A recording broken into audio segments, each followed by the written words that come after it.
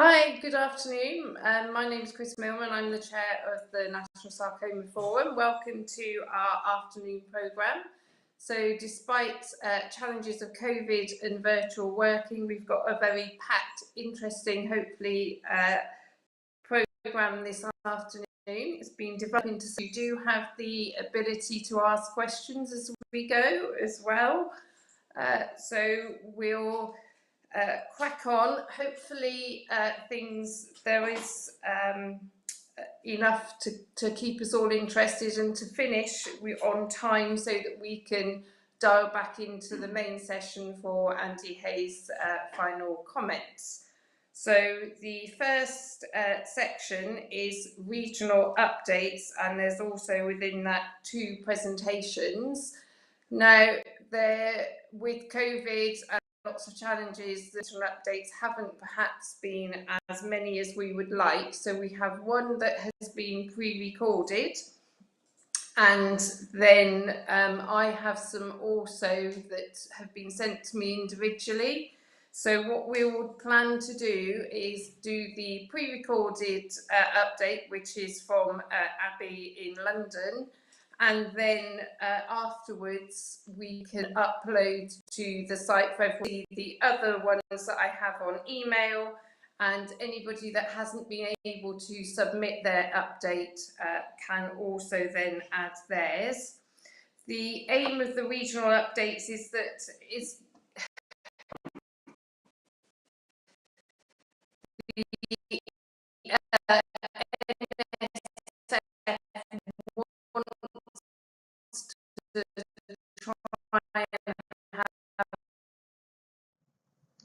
This is a service update for the South East region, which combines Southampton, Oxford, the Royal Marsden, and also the London Sarcoma Service. First of all, we're going to focus on where services are currently. Obviously, with COVID-19, there's been a tremendous amount of change over the last year. All of the services had some recurrent themes, which we've sectioned in the middle of this slide. And then there were some things that were pertinent to each centre. In terms of common themes, there's been a feeling that there's been an increased communication via email and telephone with patients over the last year, and quite a lot of use with remote working as well. The bonus of this is that patients haven't had to travel so far and haven't had to travel for so many appointments. Virtual clinics and changes in discussing significant news online were also highlighted. And actually patients feeling quite positive about this change overall, and clinicians as well. There's been changes of referrals, with initially in lockdown people feeling that there was a significant reduction in referrals coming in. This was followed by an influx of inappropriate referrals from GPs who were unable to access urgent imaging locally. Virtual MDTs have been sought and developed over the last year. And this has had a variety of problems, including MS Teams fatigue. Many centres also talked about the altered team dynamics and communication within teams, and the fact that there hasn't been the opportunity for that face-to-face contact, discussion and communication that would usually occur. In terms of things specific to each hospital, Oxford University Hospital discussed their use of electronic patient information. They now have 3 CNSs who are covering 3 medical oncology clinics, inpatients. They have a pre-diagnostic clinic and also a follow-up clinic.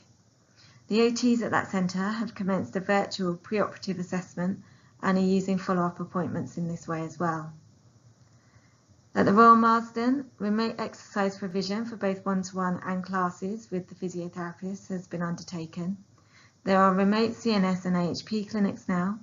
There's been consideration of those patients who may underreport symptoms and wonderment as to how we manage these patients, and also how do we support those who don't have technology. At the London Sarcoma Service, RNOH in particular, have been managing the Birmingham children's referrals. There's been the introduction of a specialist research physio and also a personalised cancer care project manager role. Associate nurse roles have been introduced. Over at the UCLH site, there's a Macmillan Specialist Sarcoma Radiography post now, and also A&P nurse-led follow-up. So as we look to the future, I think all centres acknowledge that the last year has probably slowed down their looking to the future. We're not really sure what to expect and what to anticipate. However, there is definitely a feeling that we need to optimise virtual appointments and balance them with face-to-face, and look at how we utilise the good that has come out of the last year and use this as a springboard and an opportunity for change and development within the services. Specific to Oxford, routine AHP follow-up of surgical patients based on rehabilitation guidelines is looking to the future, and virtual home visits for out-of-area surgical patients is also going to be undertaken as a result of the success of what the occupational therapists have achieved so far. At the Marsden, AHP and nurse-led follow-up clinics are in development. They're looking to develop prehab services, looking to build on the frailty referral process that is already in place, and also build on more robust preoperative service. Within the London Sarcoma Service, UCLH is seeing proton beam radiotherapy arriving in 2021. We're looking to embed the personalised cancer care across the pathway at both UCLH and RNOH, and also looking to raise the research profile within the service. So moving on to the personalised cancer care agenda, all 4 centres have been looking at how they deliver this and the best way forward for them. Everybody acknowledged that sarcoma is a small proportion of patients, and therefore it makes it quite challenging to deliver this in some ways, although in others you could argue that perhaps it should be simpler. As a collective, the sarcoma support group that is running from UCLH and the Royal Marsden has continued to run and is running virtually at the moment and appears to be very successful, saving patients time in terms of the distance that they travel to the support group and finance as well, as they're not having to pay for travel and parking. Across the board, there is inconsistencies of delivering the EHNA. Teams are looking at how to deliver treatment summaries. It looks as though no one has yet tied this one up. And also looking at how to deliver health and wellbeing events effectively. Again, a feeling across the board that a small number of patients and the timing and how we deliver this is difficult. However, moving towards the online forums, perhaps this is a way forward and has certainly been acknowledged by the centres, and maybe this is something we should be working towards together. Specific to Oxford, they planned a wellbeing day for May 2020, and unfortunately this was cancelled due to COVID-19. There is a plan for a virtual wellbeing day for patients later this year. Telephone HNA clinics have been offered to get patients assessed at the time of diagnosis and throughout the treatment pathway. Over at the Royal Marsden, they're using paper HNAs which are being given out in clinic, and they're trying to look for a way to make this more consistent. There's also been looking at the potential for pre-recorded online health and wellbeing events to be carried out. This could then enable patients to access at a time that is suitable for them and also re-watch as necessary. Over at the London Sarcoma Service, RNOH have benefited from the appointment of a personalised cancer care project manager. This has enabled RNOH in particular to embed the EHNI within the pathway at initial diagnosis with good success, and now looking at how that rolls out further along the pathway. There's a developed plan as to how to sustain the PCC moving forwards after the project post ends. They've been looking at collaborating with the Skeletal Cancer Trust to deliver hope and other health and wellbeing events. UCLH are developing a prehab offer for radiotherapy and have the addition of the Macmillan Centre on site to deliver some health and wellbeing support there as well.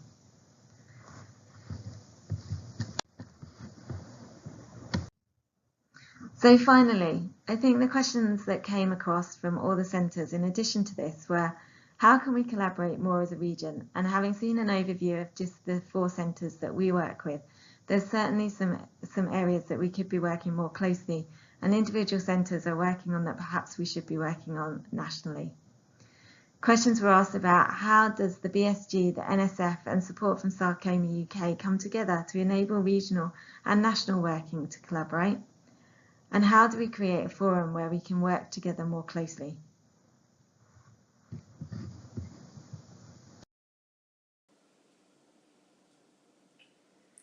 Thanks very much, Abby, for that. I think that's really interesting and very thorough, and I'm sure that many of us in different parts of the country can understand and have the similar challenges to you, and that there is much for us to learn, a lot of good from COVID as well.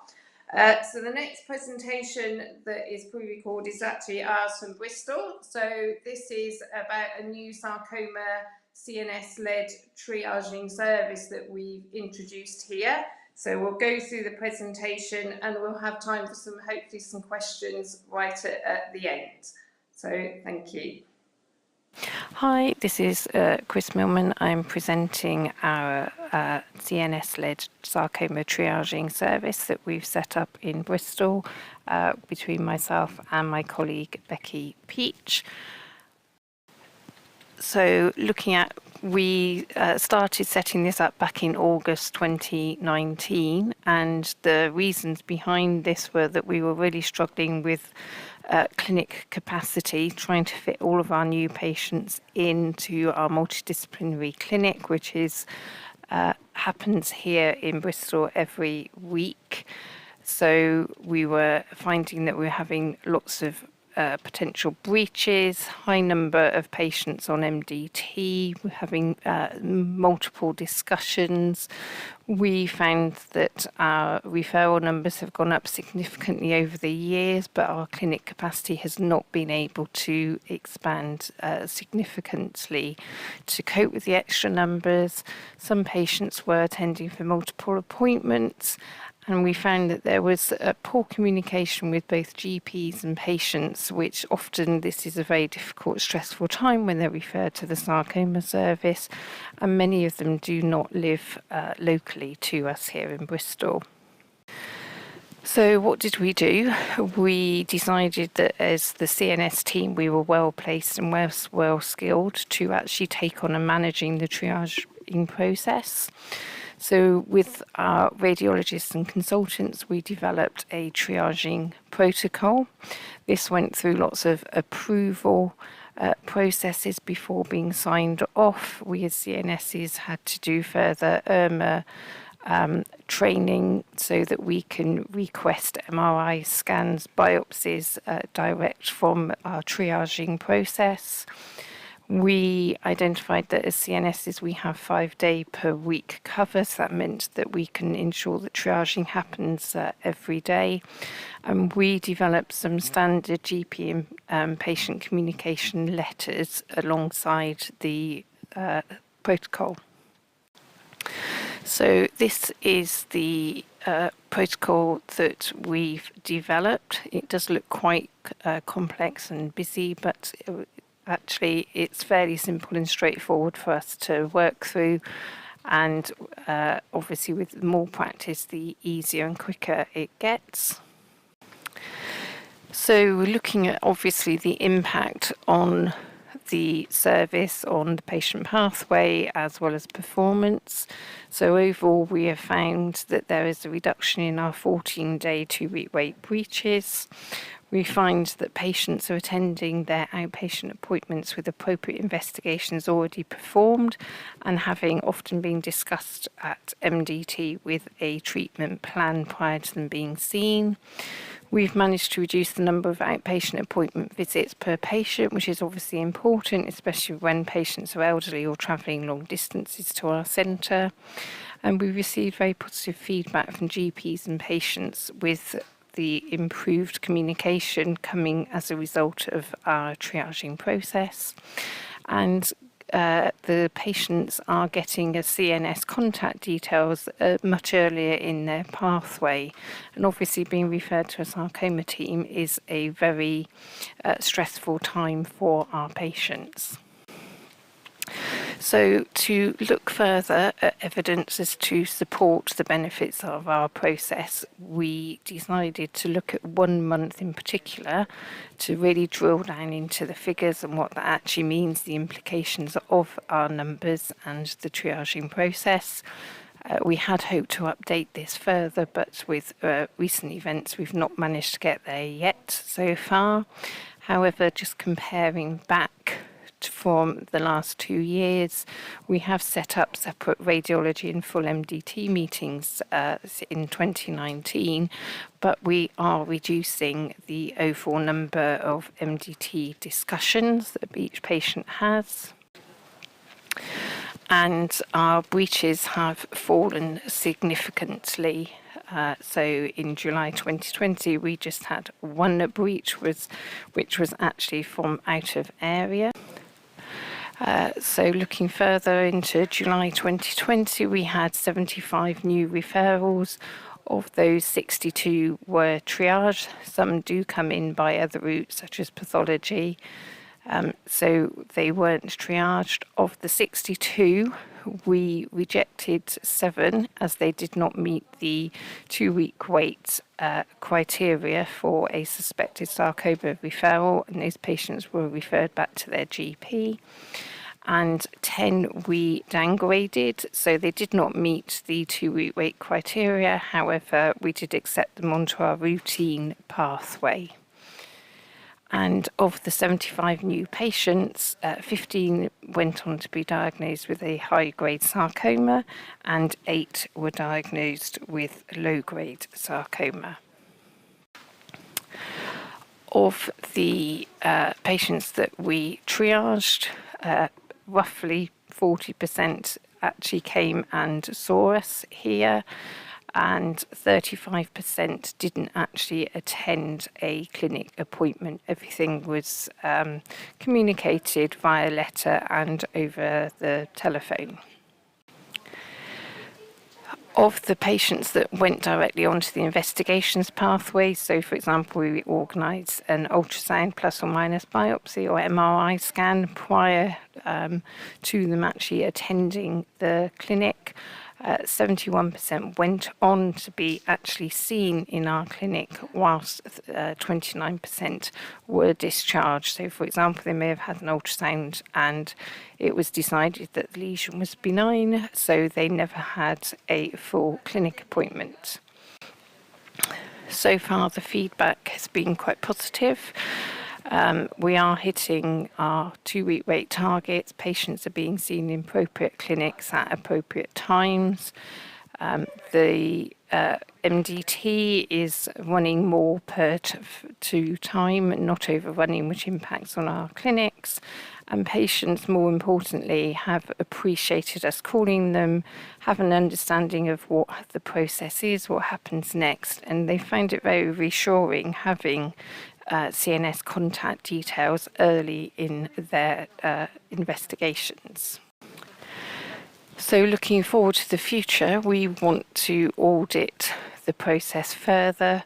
We need to obviously be able to show that the process isn't causing any delays in the patient pathway. We, alongside the triaging process, have set up a prospective database which is going to enable us to have more readily available data for research, order and finance monitoring going forwards. And this data and information is going to help us to inform any future service developments that we may wish to be considering. So it has been going since August 2019, and so far it has had some very positive impacts, but we would like to look further into exactly what those are. Thank you very much. Right, they're going straight on. Okay, so thank you. We'll come to questions hopefully in a while. So next up we have Anita Pabler, who is a sarcoma CNS in Leicester and East Midlands service, talking through her recent conference for desmoid fibromatosis patients. Sorry.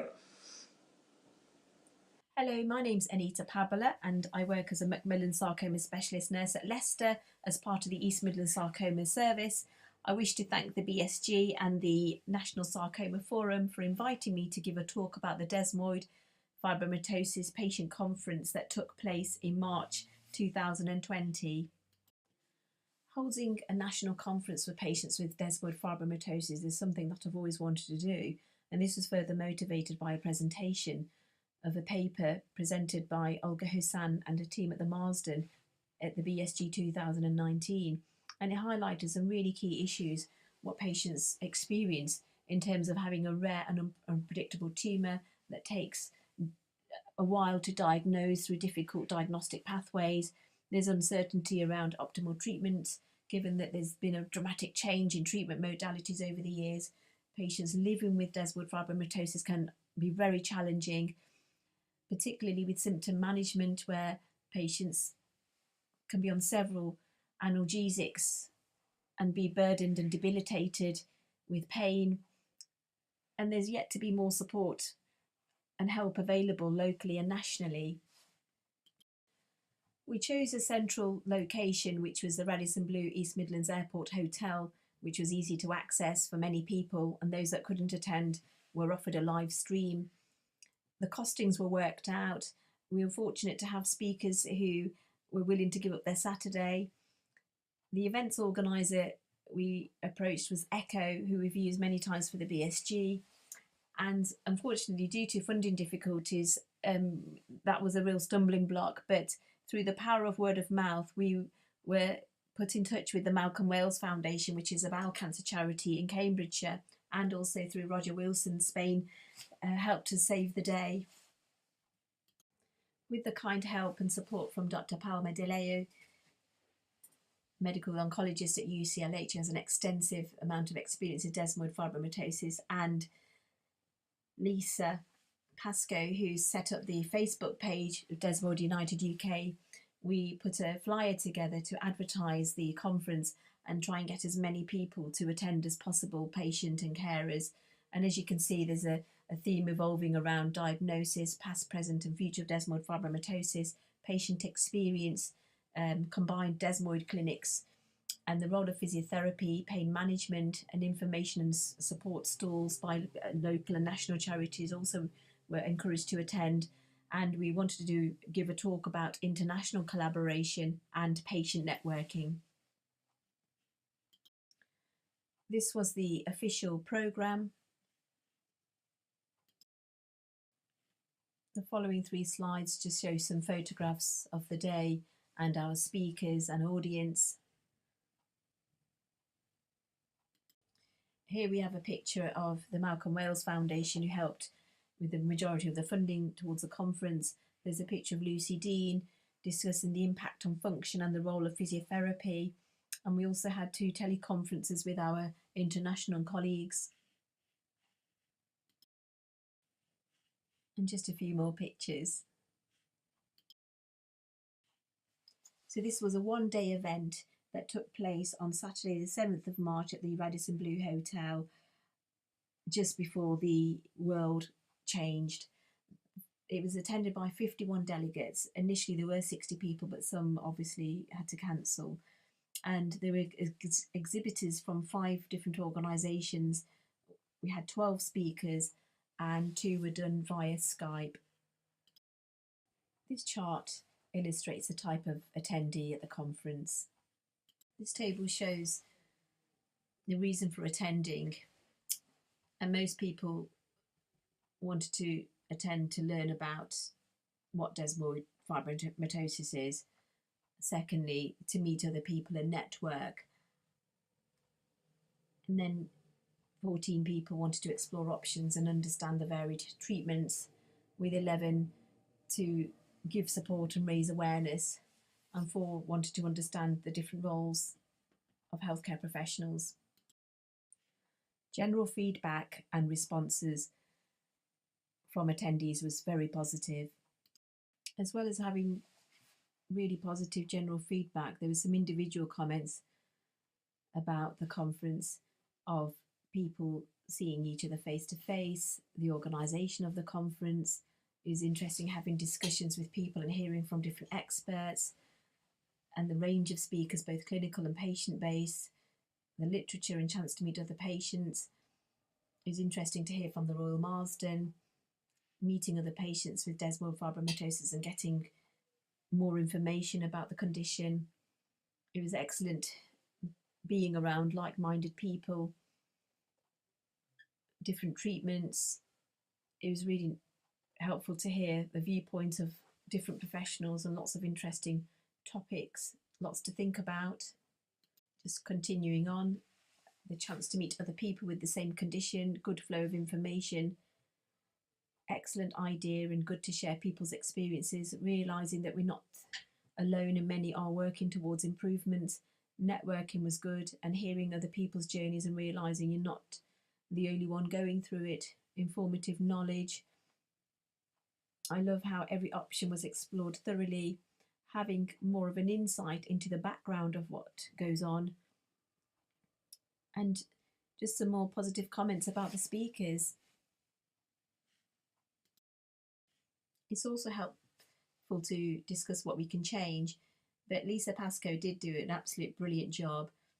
Not only did she help organise the booking of patients, but she held her first national fibromatosis support group at the end of the programme, which was an absolute great addition to the conference, and many people were able to exchange numbers, exchange email addresses, get in touch beyond the conference, which is what this whole day was about.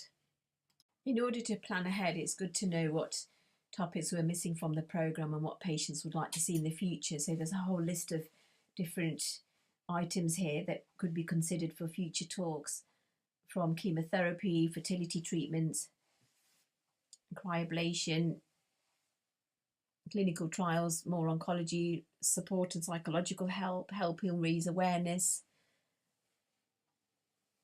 role of palliative care, information about different hospitals and different views on treatment. So there's a whole range of other subjects that we could actually incorporate into future talks. And just to conclude, I wish to share how amazing this conference has been for patients and carers, and also the professionals that attended this. It's been an absolute delight to see so many people network and gain so much from a very informative day. Just to have a few take-home messages, we wish to really see more patient and carer educational and awareness events, even if support groups could be developed, or small buddy groups from combined clinics where there is an opportunity for patients to actually meet one another and share experiences. And also, as a future plan, one of the things that Lisa and I have discussed is organising an awareness road trip across the UK, visiting the sarcoma units and sharing some information. There's also plans and discussions about holding a virtual desmoid fibromatosis conference later in the year. But I'd like to say a final big thank you to Dr. Palmadillo and Lisa Pascoe, the Malcolm Wales Foundation and Spain for their generous contribution. Without their help, we wouldn't have achieved such a successful conference, and our patients really got so much out of it. So thank you.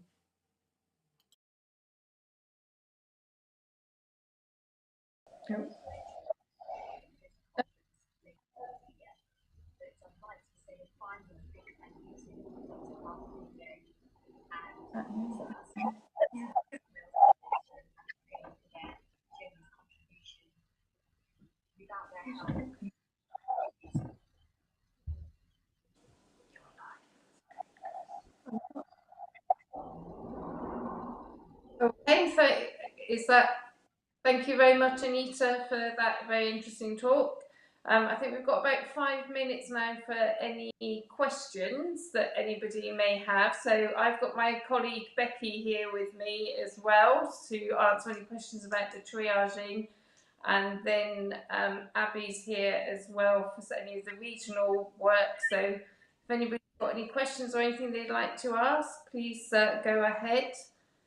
So there's a question: do your key worker cards state sarcoma CNS, or are they generic? Just wondering how patients awaiting path results interpret this. We often give the generic context for those who may not end up having a sarcoma, so they can contact the hospital. We see approximately 30 new patients every week.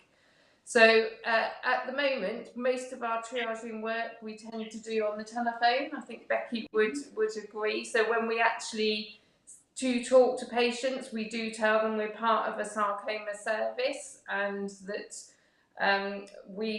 not all patients have sarcoma, but that is the team that they have been referred to. And when they come to clinic, our contact details on our cards definitely say sarcoma CNS. So hopefully that answers that question. Any more to add, Becky? I say sometimes the use of the term the lumps and bumps team can come in handy for those patients that seem to be particularly anxious.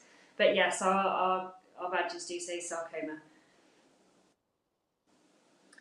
Okay, just wait and see if there's got any other more questions. So it doesn't look like there's anything else, but obviously if there's any questions afterwards, then we can come back or address those individually.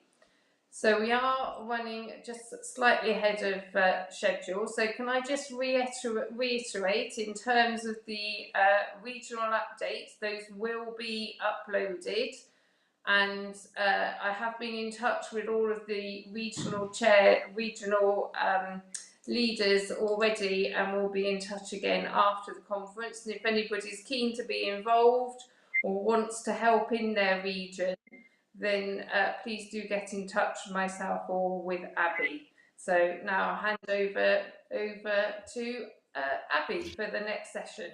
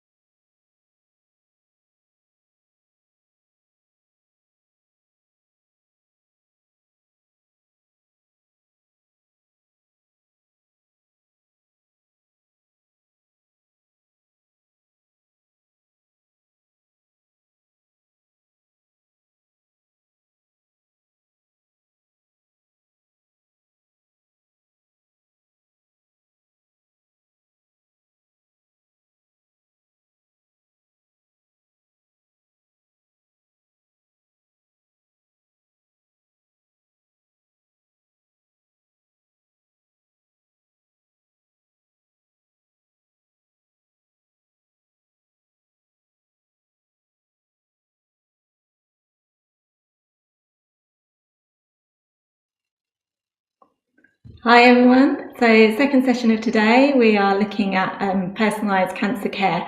We're really fortunate to have Joanna Fairhurst join us from Macmillan. Making care personalised aims to support people with making their cancer decisions around their care, aiming to identify their concerns and goal setting, which can be facilitated by professionals, AHPs and key workers.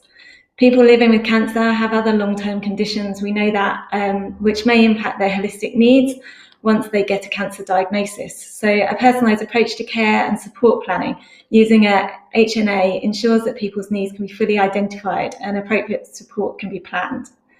By 2021, the NHS long-term plan was to ensure that where appropriate, every person diagnosed with cancer would have access to personalised care, including an assessment of their needs, a care plan, and health and wellbeing information and support. We're really fortunate today to welcome Joanna Fairhurst. She is a specialist cancer physiotherapist by background and now works for Macmillan Cancer Support in the professional development and knowledge team, developing education resources on personalised care and managing the consequences of cancer treatment. She's going to give us some more insights and an overview, and then we will invite questions at the end. Her section will be followed by a presentation by Susie Hudson, who I'll introduce after this. So first we're going to join Joanna Fairhurst for her presentation. Hello, I'm Joanna Fairhurst. I'm a Macmillan specialist physiotherapist by background, and I now work for Macmillan in the professional development and knowledge team, developing education and learning resources for Macmillan professionals and the wider cancer workforce. So what I'm going to talk about today is a little bit about why personalised care is important, a bit of background and strategic overview. What does personalised care mean in practice? Some feedback from patients and healthcare professionals. We are going to talk about the impact of the COVID pandemic, and then we're going to look at what professional development support there is available from Macmillan that you might be able to access. I'd like to start with this quote. Now, this came to me from one of our Macmillan GPs, Tanya, and she says that she allows her patients to be her teachers, and she's done a lot of work with Anna, who's living with metastatic breast cancer, and she asked Anna about what she thought the important messages were to convey to health professionals about personalisation and care planning. And what Anna said is this. She said, "It's not just about being alive, it's about living my life well, and conversations need to be about me and not just about my cancer." So why is personalised care and support planning important?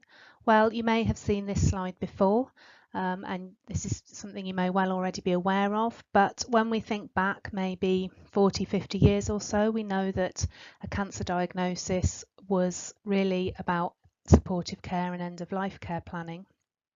Whereas now we know that more than half of people diagnosed with cancer will live 10 years or more. Survival rates are improving greatly for all cancers, and that does apply to sarcoma as well. And so people are living with cancer as a long-term condition. Broadly speaking, there are three groups of people diagnosed with cancer from a survivorship point of view. So we know that there's a group of people in group 3 who will be diagnosed with a fairly short prognosis right from the start. There's still fairly poor survival rates for certain types of cancers, like certain cancers of the esophagus, lung, liver, etc. We also know that there's a group of people for whom the prognosis really now is very good at diagnosis, the group 1 people who we would expect to live 10 years or more after a cancer diagnosis, and around about half of all cancer diagnoses in the UK now fit in this group. And then there's group 2 in the middle, who have maybe treatable cancer, but cancer that is not curable and might be living with cancer and cancer treatment for a very long time. What we do know, what patients tell us, is that whilst people are living much longer after a cancer diagnosis, not everyone is living well. We know that many people experience physical symptoms relating to cancer and its treatment, but also very significant worries about money, about job, practical things, changes to lifestyle. They live with constant worry, fear and anxiety about cancer coming back. And for many, around half in fact, the living with the consequences of cancer and its treatment is complicated by other chronic conditions or comorbidities. So our job at Macmillan is to help everyone with cancer to live life as fully as they can. That is our mission statement. That's what we're all about. That's what we do. And right now we've got a really strong emphasis on supporting the personalised care agenda. But it's not just a Macmillan thing. This agenda is embedded in NHS strategy across all our nations. It features very prominently in the NHS England long-term plan. And NHS England have come up with this comprehensive model of personalised care, which you may have seen before. So this is a whole systems approach.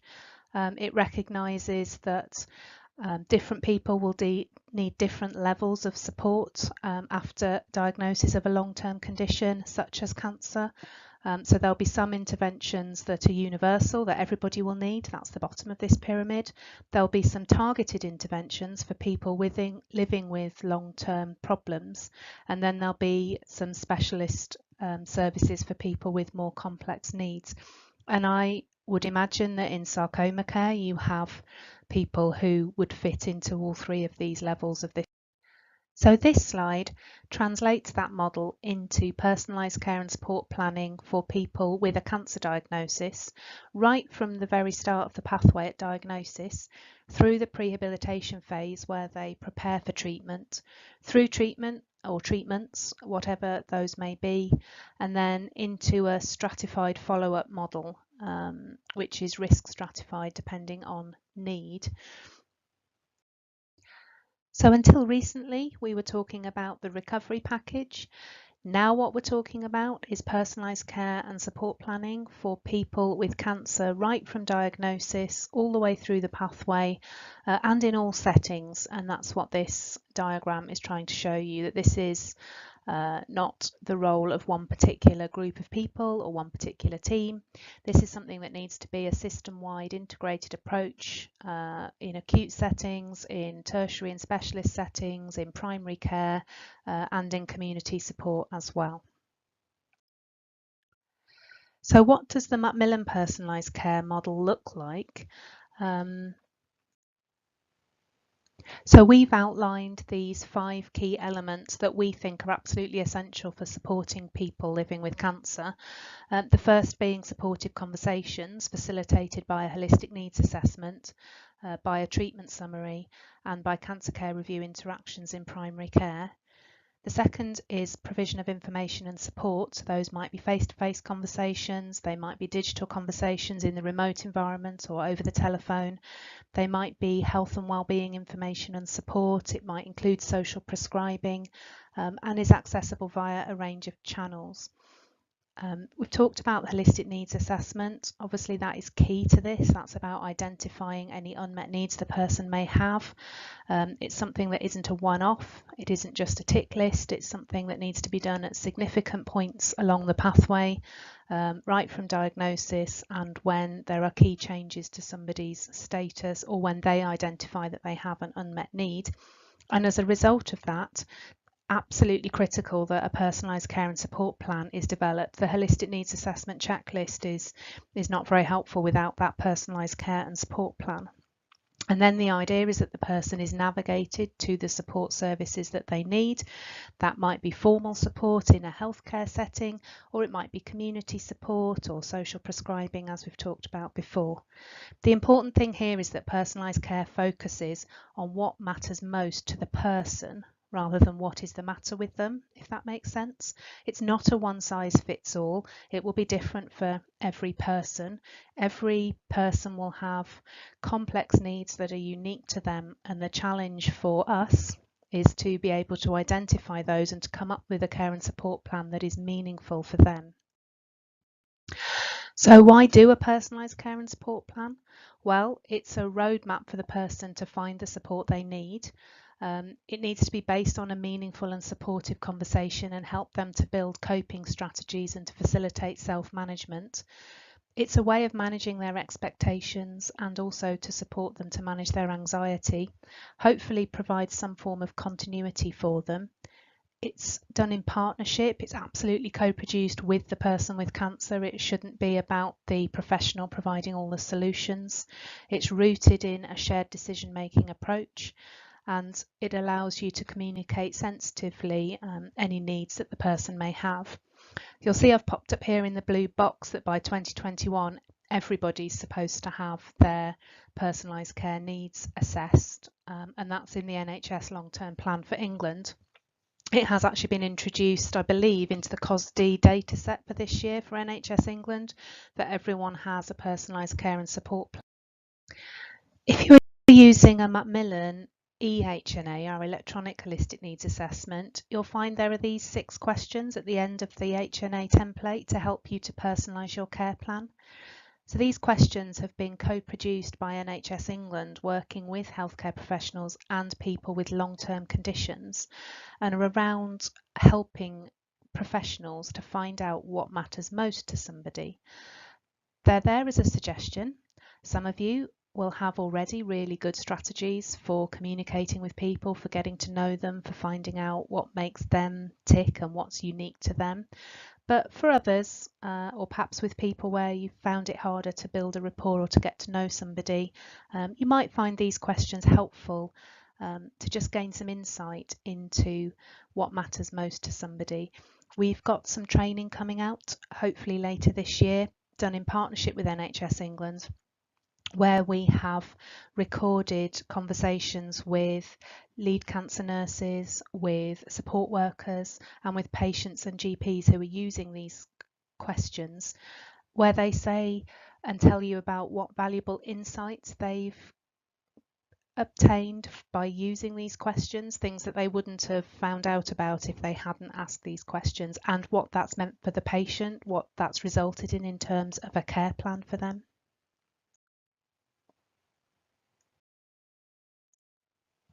So what do patients and professionals think about this process?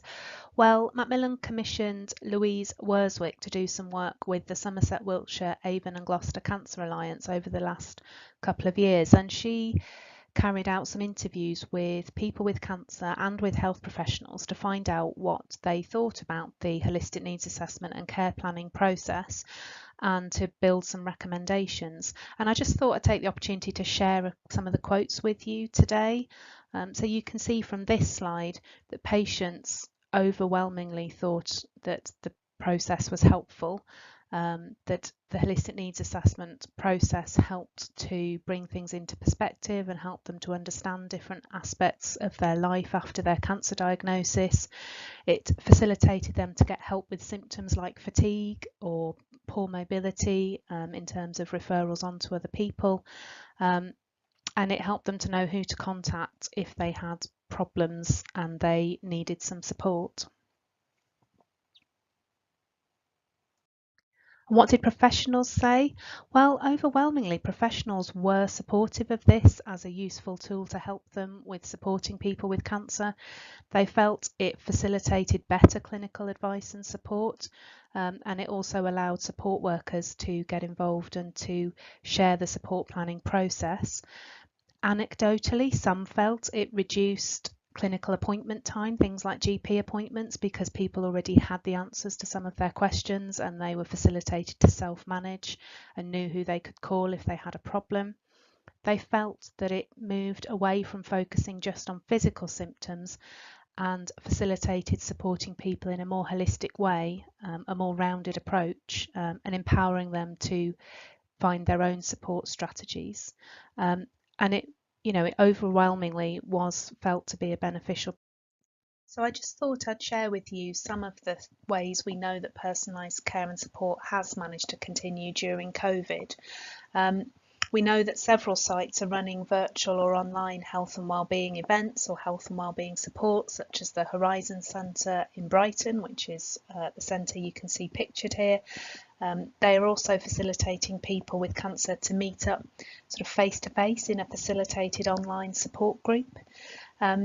We know that the Macmillan support coordinators in Yorkshire have been continuing to provide personalised care and support for people at the end of cancer treatment. They have continued to get referrals from a range of site-specific NDTs, and they carry out holistic needs assessment now over the phone or video conference and help the person to develop a care and support plan that meets their needs and helps them to live the best life they possibly can with whatever needs they might have relating to their cancer or relating to the COVID situation. And they've been really responsive and managed to move their support from face-to-face to online very quickly when the pandemic struck a year or so ago. I just mentioned SafeFit briefly as well. This was a project set up in response to the pandemic last spring. It is an online health and wellbeing resource for people with cancer, developed by allied health professionals and delivered by qualified exercise professionals and others. It's currently run as part of a research trial with the University of Southampton, but has had really good results early on over the last 12 months or so. I'm not sure if post-COVID is the right title for this slide, but the content is really about recognising that it has been an extremely challenging year, and it's important that personalised care doesn't drop off the agenda as health services adapt to the changing environment and move into whatever the future is going to look like. We know that staff have been redeployed. We know that there are growing waiting lists for tests, for screening and for many cancer treatments.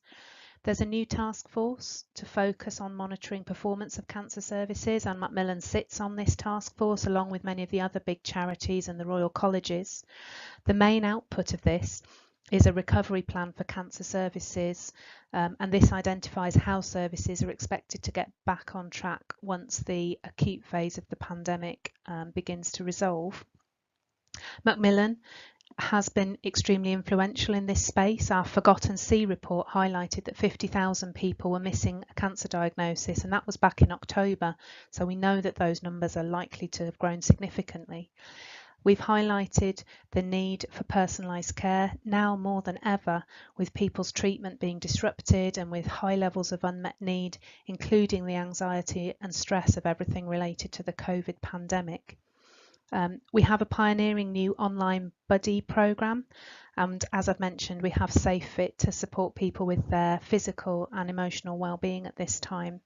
And we've literally just published our Caught in the Maze report, which highlights how the healthcare system needs to join up to improve support for people with cancer, including greater collaboration between primary care and acute professionals, adopting learning from other long-term conditions and closer working with mental health, living with and beyond cancer and end-of-life care teams. You can download that report from our website, and I would strongly encourage you to do that if personalised care is something that is an interest to you.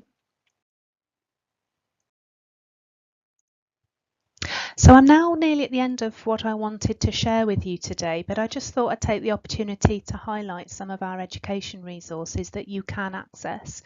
The main hub for our learning is still Macmillan Learn Zone, which you can find if you put Macmillan Learn Zone into your search engine. We are hoping very soon to be transitioning across to a new Learning and Communications Hub later this year, but for now you'll find all the learning and professional development resources you need on LearnZone. These are open to everybody, not just to Macmillan professionals. You'll find e-learning and virtual classroom sessions on personalised care and support planning, on managing consequences of treatment. We're developing a piece called What Matters to Me, which I mentioned a little bit earlier, around how to personalise your care and support conversations.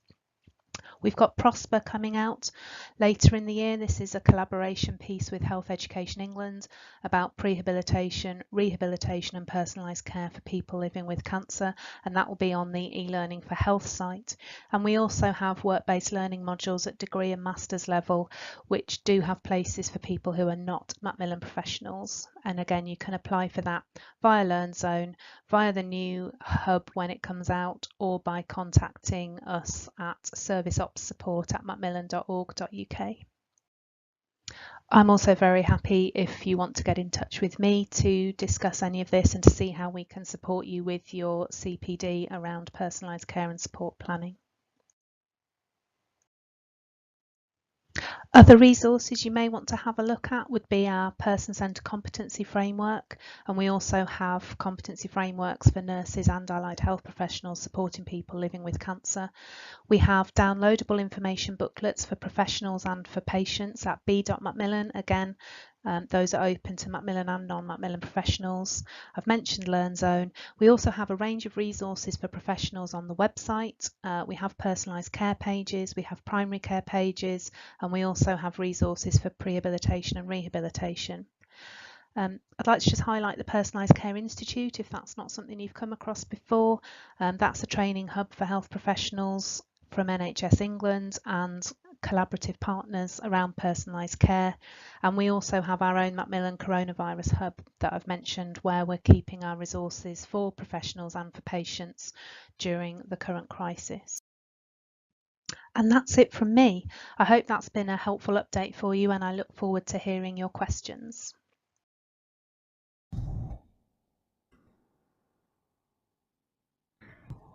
That was a great session. Thanks to Joanna for hosting that. Really interesting to see the new developments that have come out of COVID and the new downloads that we can have a read of as well.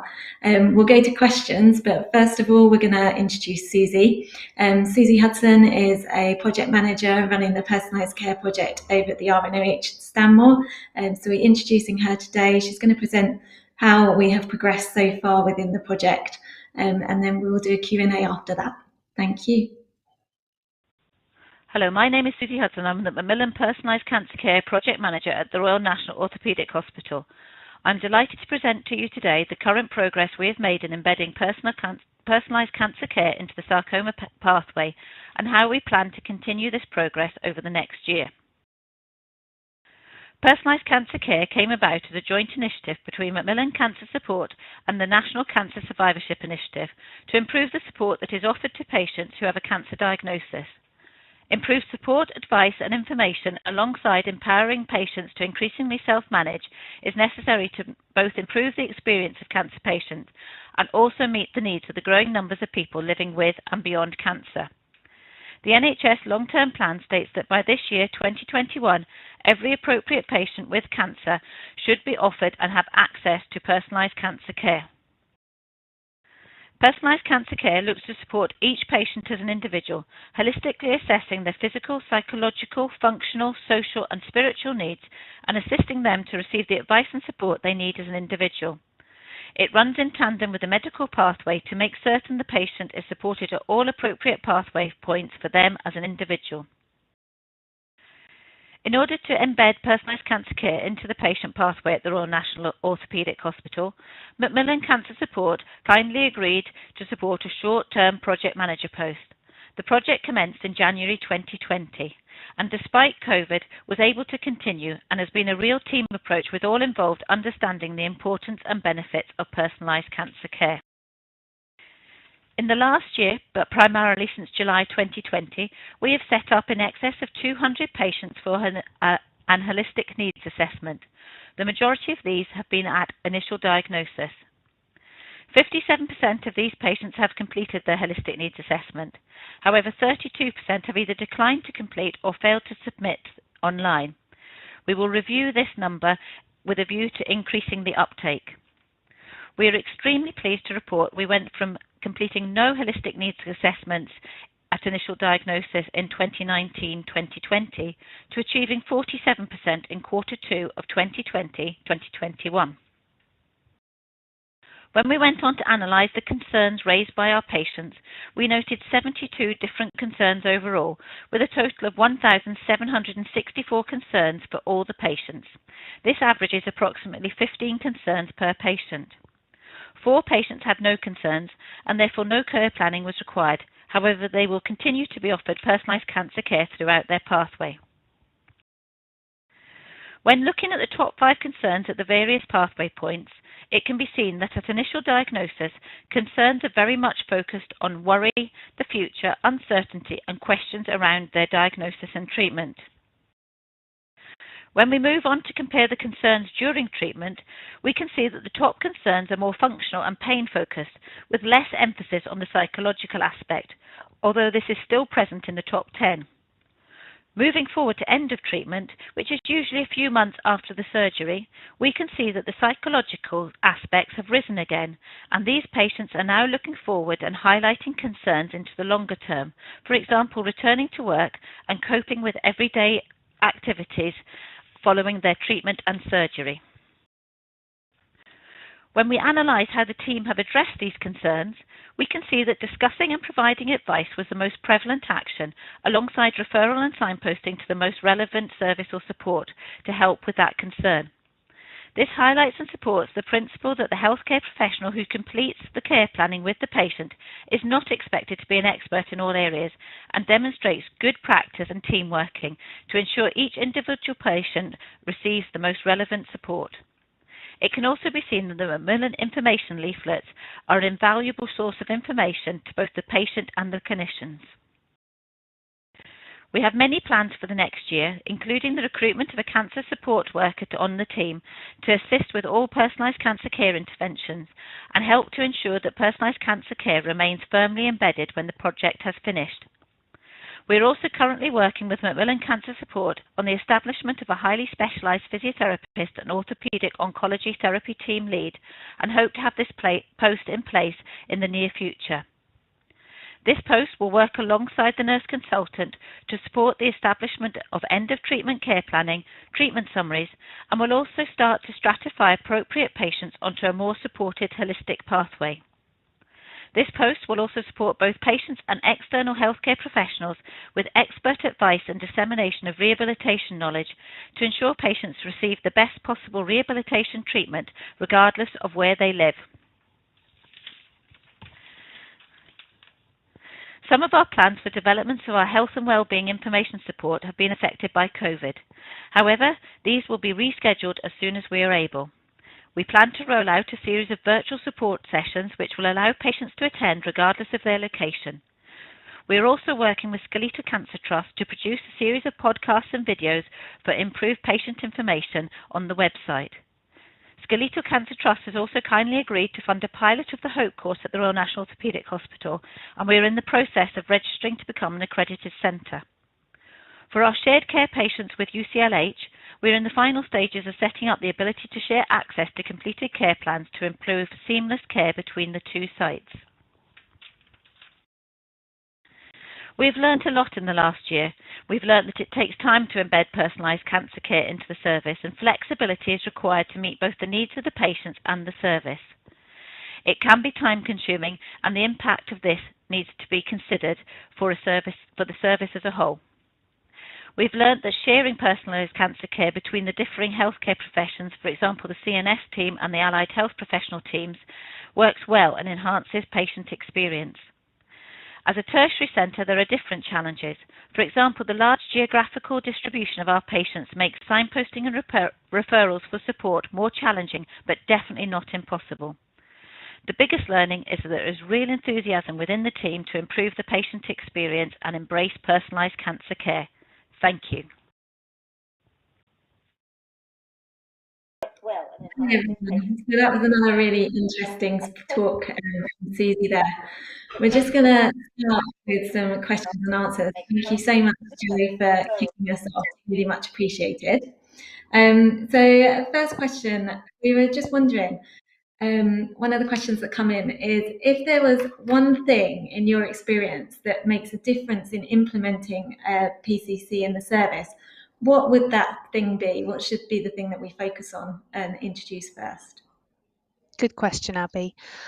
I think what I would say is really focus on finding out what matters to the person rather than what's the matter with them, if that makes sense. So there was a really good example recently about a CNS who was carrying out a holistic needs assessment. They used the NHS England 6 questions that I mentioned on my slide, and it turned out that this was a chap who lived alone, didn't have much social interaction, but every Tuesday morning he was coming for his radiotherapy, and that meant he was missing going to his Domino's club, which was his only social activity in the whole of his week, and it was really getting him down, and he felt he'd lost his support network.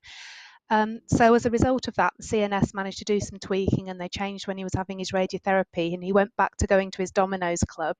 And at the end of his cancer treatment, he fed back to them that that had been the single biggest and most impactful thing that the nurse had done to support him. And she doesn't think she would have ever found out about that if she hadn't asked those questions and really taken the time to find out about who he was as a person, because this guy was quite private and wasn't the sort who was going to sort of share all those personal details with a healthcare professional as part of a clinical conversation.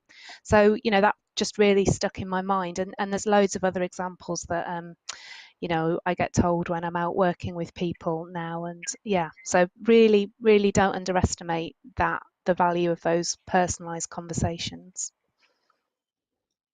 Thank you, Jo. That's really helpful. I think it's tricky, isn't it? People are on such a treadmill, stepping from one chemo to the next radiotherapy to surgery and back again. They Yeah. lose their identity along the way. And I think people still surprise us, even those of, you know, lots of people on the call will have been working in cancer care for years and years, and yet, and you'll know, you know, a lot of the things that crop up like pain and worry, fear and anxiety, but actually you can still be surprised by people where the thing that's the biggest problem for them you couldn't possibly have guessed. You know, you wouldn't know that that was a problem for them if you hadn't really taken the time to ask the right questions and invite them to share that information with you. Thank you. We just wanted to ask as well, you talked about SafeFit, Yes. and that sounds as though it's running out of Southampton University. Is that something that's open to all patients? Is there a way we can refer in? Can you tell us more? The short answer really is watch this space. So we developed the proposal fairly early on in the COVID pandemic, so nearly a year ago now, to try to move health and wellbeing support into the virtual environment. So the proposal was that we would train up physical activity providers and others, support workers, to provide those universal health and wellbeing interventions, so information about physical activity and diet and fairly basic psychological support via one-to-one telephone conversations, videos and then group online sessions. What we recruited, I think it was around 1,000 patients got recruited really quickly in the pilot, and what we've now done is move it into a research study with the University of Southampton. So at the moment it's not open to recruit more patients because we're waiting for the evaluation data and hopefully to get some investment to increase capacity. But you know, watch this space, watch the Macmillan website, and hopefully we'll have more on that in coming months. But it is really exciting, and it has been going really well. Great. Thank you very much. And just to say that there's a couple more minutes before we'll be closing to questions. So if anyone's got anything, please do type it in the chat box now and we will ask. Just going to the one final one that we've got for you, Jo, which was work-based learning, and what's about, what can you tell us? Is there anything more that we can look forward to? I think we're all learning remotely at the moment. Yeah. So at Macmillan, we have been running what we call evidencing work-based learning modules with partner universities around the country. We've been running those for several years now, and what it is an opportunity for professionals to undertake a service improvement project linked to Macmillan's priorities. So personalised care would definitely be one of those. The module is fully funded by Macmillan, and we do have places for non-Macmillan professionals, don't have to be Macmillan badged. Professionals undertake a service improvement project and then they attend 6 days with the university where they're supported with lectures on things like quality improvement theory, organisational development, and some of the theoretical stuff, and they participate in action learning sets. As of March last year, that module went fully online. So the lectures and action learning sets are all done in the virtual environment, and we've got 2 cohorts running through that module at the moment who are from all over the country. We've got Scotland, Wales, Northern Ireland, as well as I think every region of England represented. And it evaluates really, really well, and it's an opportunity to get some credits at either degree or master's level towards, a wider award for those who might be interested. And if anyone is interested, I'd just say get in touch with me or look at our LearnZone website where you'll find more information. Thank you very much, Jo. Much appreciated. Susie, just a question for you. Having worked alongside you, I know that there are a few at the moment, but someone has asked, what have been the highlights of your project? I think it's certainly made a difference to us as clinicians on the ground. We've tried to get EHNO up and running and not been overly successful, and your post has made a massive difference to what we've been able to implement. So for you, what have been the highlights so far, given that you've had a fair few challenges that COVID arrived around the same time you came into post, so it's not been easy sailing? I think it's been a marvellous experience, and I think we've been really fortunate to be able to proceed during COVID. We've had a very engaged team to be able to proceed. And I think that is one of the main highlights, is seeing the team working together, the allied health professionals and the CNSs working together to embed the HNAs within the patient pathway, and nobody thinking of it as, well, that's their role or that's our role, and very much looking at all stage pathway, so embedding it within inpatients as well as during initial diagnosis. So seeing the team grow like that has been a highlight. And I suppose seeing our data rise from being a non producer of data on the NCL data to actually being the top producer in Q2, that was a real highlight. But yes, I think the team approach is the main highlight for me. Great. Thank you, Susie. We haven't got any further questions that have come in via the text box. Obviously, if anybody does come up with anything later, we can put you in touch with the speakers. So we're going to go for a break now and come back at 2:10 for our next section, which is the psychological support section. We'll be looking at staff wellbeing, compassion fatigue, and also a presentation from Sarcoma UK. So back after the break. Thank you very much.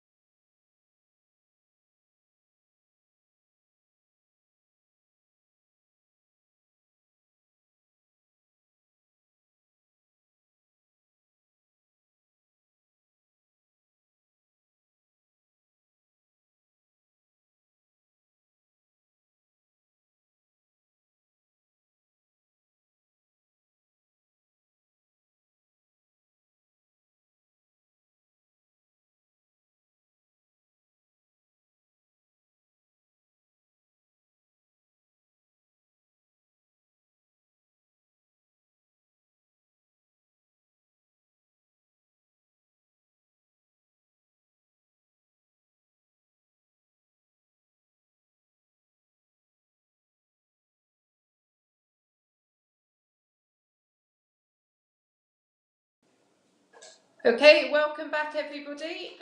Thank you for coming for our next session, which is titled Psychological Support.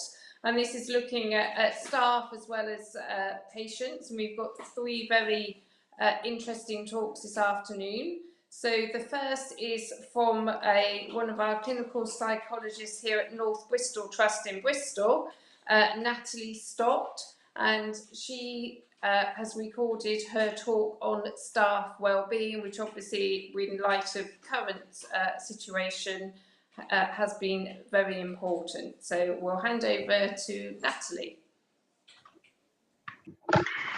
Hello, my name is Natalie Stott and I'm one of the clinical psychologists that work within staff wellbeing at North Bristol Trust.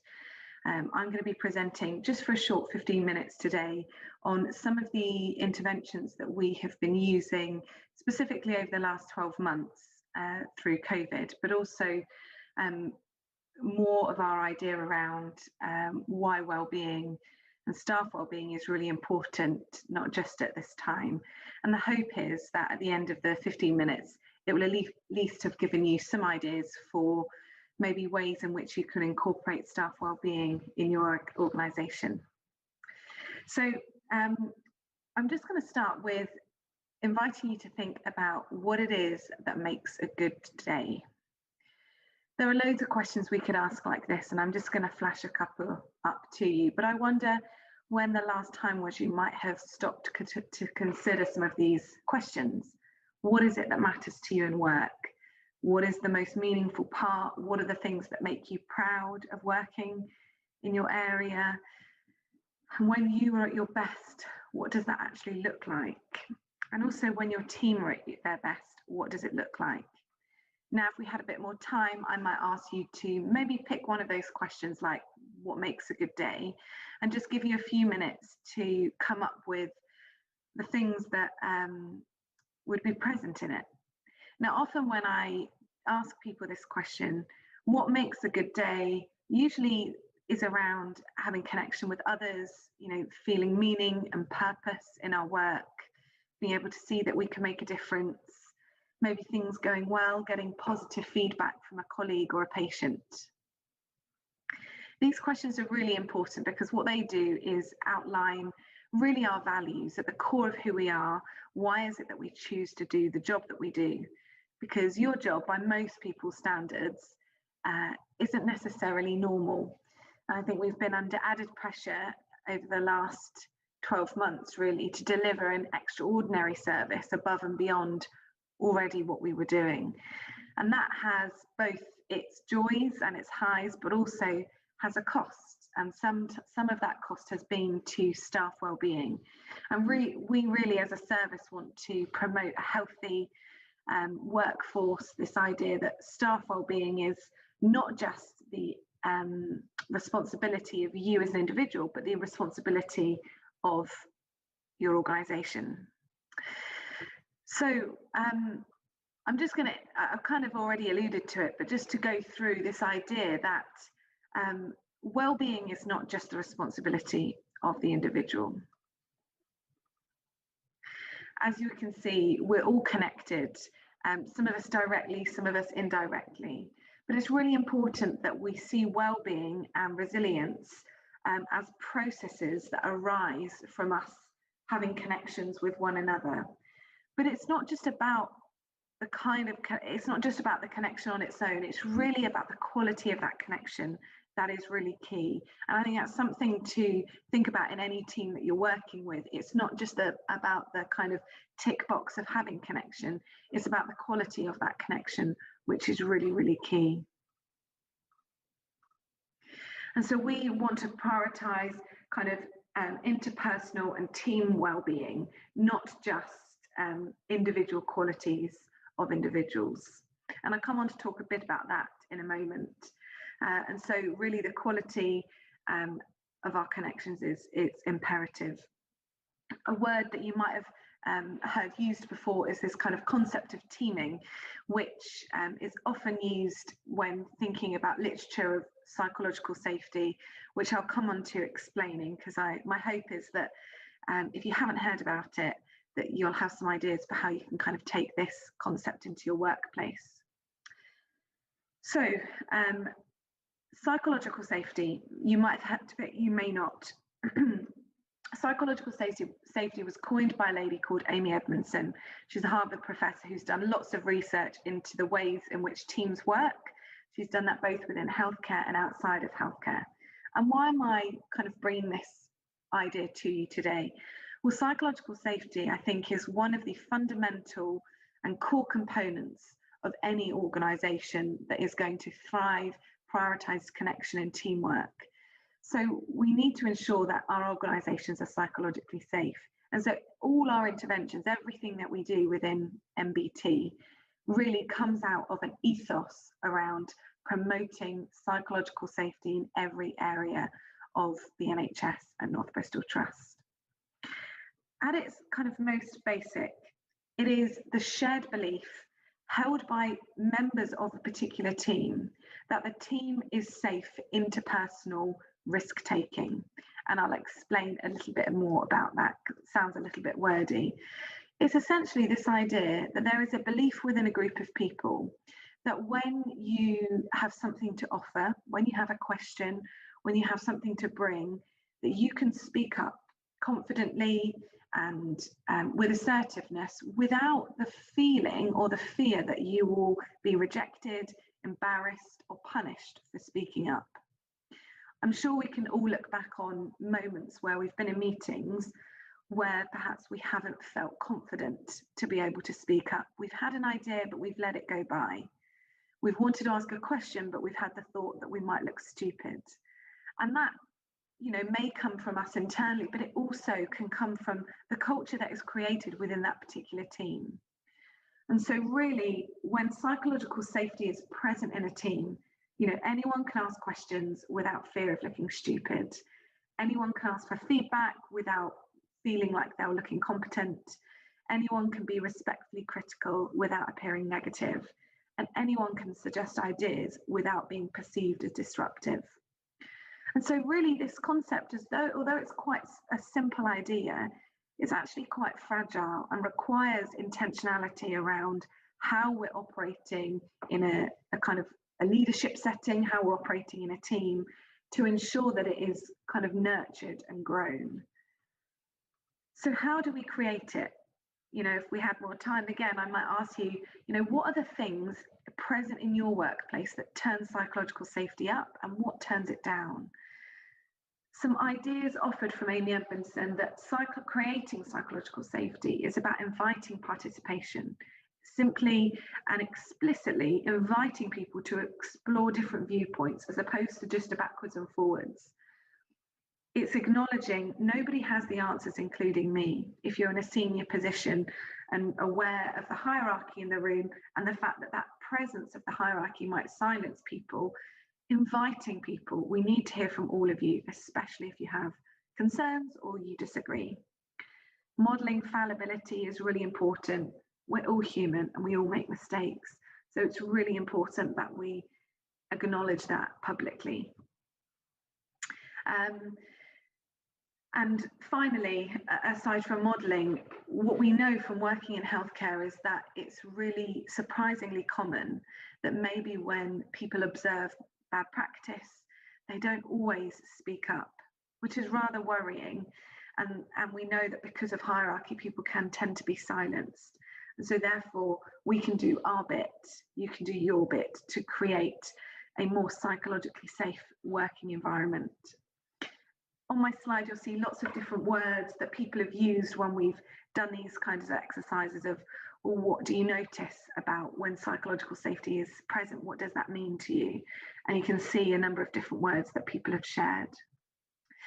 And so really, this is just the kind of contrast between psychological danger, having that fear of making mistakes, less likely to share different views, maybe blame exists, this idea that there's common knowledge that you feel like, well, perhaps I don't know, and so I won't say anything. Really, psychological safety promotes not only quality connections between us, but we know that we have better patient care, that risks are mitigated when we are feeling safe within a team, where we can learn from mistakes and everyone can share their ideas openly. So I'm just going to move on to talking to you about MBT's wellbeing approach, which is really founded on that ethos of psychological safety. And this is how it fits together. We have kind of a basic tiered approach, starting off with your basic kind of physical and safety needs, access to self-care or self-help via the intranet. And we have various different interventions along the way that staff can access if they feel like they need that support. And I'm going to share just a little bit of some of those ideas with you. You'll see at the top we offer specialist psychology support and also peer-to-peer screening. So the specialist psychology support is where we have a dedicated amount of time to offer staff one-to-one help. Now this is if they're going through disciplinary procedures or maybe going to the coroner's court, or perhaps they've experienced a traumatic incident at work. There's provision to be able to offer staff that one-to-one support. For staff that maybe need some more generic support, maybe not specific to work, there is our employee assistance program, which we have brought in for staff to be able to access at any time. And they offer staff support for counselling, legal matters, financial help. And that has been a massive asset that our staff regularly use. Our TRIM program is for trauma-related incidents. It's where if something happens on a ward, there can be a debrief within a very short amount of time after something has occurred. We know that sometimes we need to be responsive and reactive, and so our peer-to-peer screening service offer that space. I'm going to talk about numbers 1 and 2 on our tiered hierarchy now, just some things that we've been doing to try and support staff over the last couple of years. So firstly, we have our Start Well, End Well programme. Now, Start Well, End Well is something that has developed and been developing on different wards, and it's simply including what's already going on wards, so having handovers, having team check-ins, so using an ABC model of allocation and beds and checking in with your colleagues, but there's also including questions around feeling safe to speak up, allowing space at the beginning of our shifts in order to invite people to speak up with any questions or concerns. There's Stop for 15, which is if something happens in the middle of a shift, there's a format for debriefing, promoting wellbeing and giving people opportunities to learn. And then finally, the checkout procedure, which helps ask people, is there anything to offload before you go? Is there anyone you'd like to thank? It's making sure that we're not just starting work well, but that we're leaving well. Now, this has been adapted in various different environments across wards, and some people have taken a couple of questions and run with it. So if you are interested, do get in touch with us, because this is something that is kind of being promoted by NHS England at the moment. We've offered interventions for teams and managers. So specifically, we have some sessions around reflective discussion facilitated by a psychologist. It's 30 to 40 minutes long and an opportunity to think about what is coming up for that person individually. What is it that matters to them? And we've also been providing support to managers, recognising that we need to support our supporters.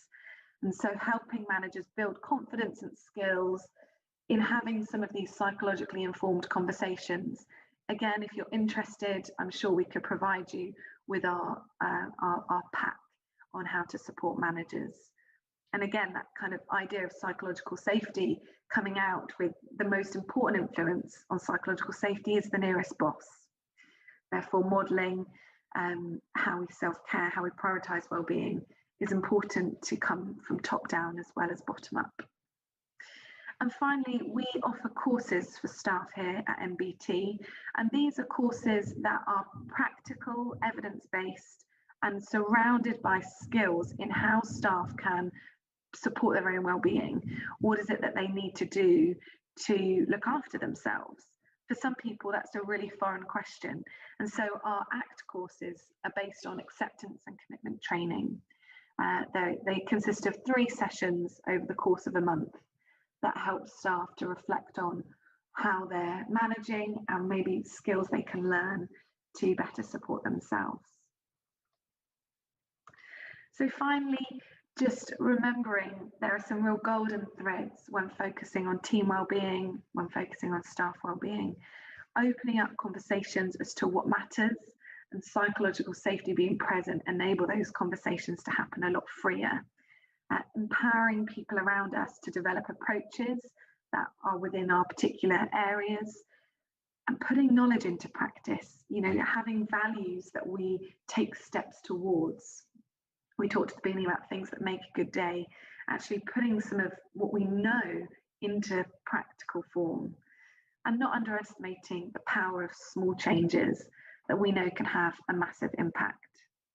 Thank you very much for listening. I'll now pass this on and be around for any questions that anyone might have. Thank you for that very interesting talk, Natalie. Working here at NBT, I can say that there has been lots of very positive feedback about the service and that you have set up with the other psychology team. And I'm sure there'll be plenty of questions. But first of all, we're going to go straight to our next talk, which is by Julia Cordy, who's one of our clinical psychologists here at North Bristol. And Julia is going to talk about something that we feel is very important, especially during these difficult COVID times, which is compassion fatigue. So over to Julia. Hello, my name's Julia Cordy and I am a clinical psychologist with the North Bristol NHS Trust Cancer Psychology Service. I'm going to be talking to you for a bit about compassion fatigue in cancer services. So what compassion fatigue is, how we can recognise it, and what we can do about it. Compassion is defined as the acknowledgement of suffering in ourselves or others, and a desire to alleviate that suffering. This is the bit that really defines compassion. It's not just about recognizing suffering, it's about wanting to do something about it. Compassion satisfaction is the pleasure we derive from helping others. It's often described as the good stuff we get from caring for others. And for many of us, it's the reason we got into this line of work in the first place. Compassion fatigue, on the other hand, is often thought of as the darker side of caring. It's conceptualised as secondary traumatic stress resulting from vicarious exposure to trauma. That is, when we care for people who are directly affected by trauma, distress and suffering, that is going to inevitably have an emotional impact on us as their carers. It's characterised by emotional exhaustion and burnout is exhaustion resulting from increased workload and institutional stress. So we could think of compassion fatigue as a combination of burnout and secondary traumatic stress.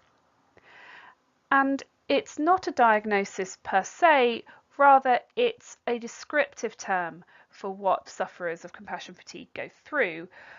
Of course, people with compassion fatigue can also be suffering from mental health diagnoses like PTSD, anxiety and depression. And in fact, being under the conditions that result in compassion fatigue may well leave us more vulnerable to those kinds of problems. There are a number of warning signs of compassion fatigue that we might look out for. If we're feeling very mentally and physically tired, having difficulties concentrating, feeling irritable, withdrawn, if we're not really looking after ourselves properly, if we're having frequent absences from work or finding ourselves chronically late to things, feelings of apathy, sadness or anger, having disturbed sleep, having quite negative attitudes and low morale, and just generally reduced feelings of empathy towards our patients and their families. And even quite destructive behaviours like substance abuse, gambling, overspending, overeating, all of these things can act as warning signs that we are suffering from compassion fatigue and that it's time to do something about it. So, does compassion fatigue mean a lack of compassion? Well, not necessarily. Compassion fatigue was described by Figley as the cost of caring. He was one of the first people to research and describe compassion fatigue back in the 90s. So it results from caring too much, if anything, often to the detriment of our own health and well-being. In fact, some people have questioned whether this term compassion fatigue might be a bit of a misnomer. I mean, neuroimaging studies do suggest that showing compassion to other people is not necessarily exhausting in and of itself. In fact, it can be quite invigorating, particularly if that is in line with our values system. It's actually when there is intense suffering or trauma involved in those scenarios where we're showing care and compassion. That is when the emotional impact really sets in. So compassion itself is not a finite resource. However, our capacity to witness and be in touch with trauma and suffering probably is. And if we allow our compassion fatigue to go unchecked and unmanaged, that can leave us exhausted and detached from our patients, the opposite of what we set out to do when we came into this line of work. So what might contribute to compassion fatigue?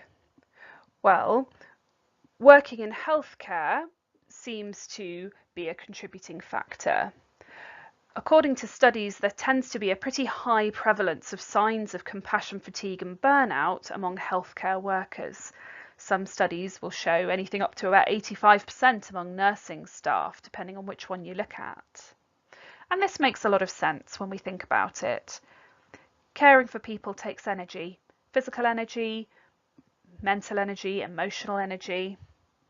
We're often working with a high caseload, a high volume to our workload.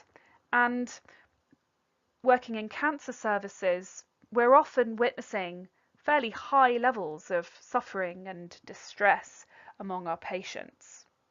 And of course, showing compassion and care for another human being does involve making a certain degree of connection with them and with their experience.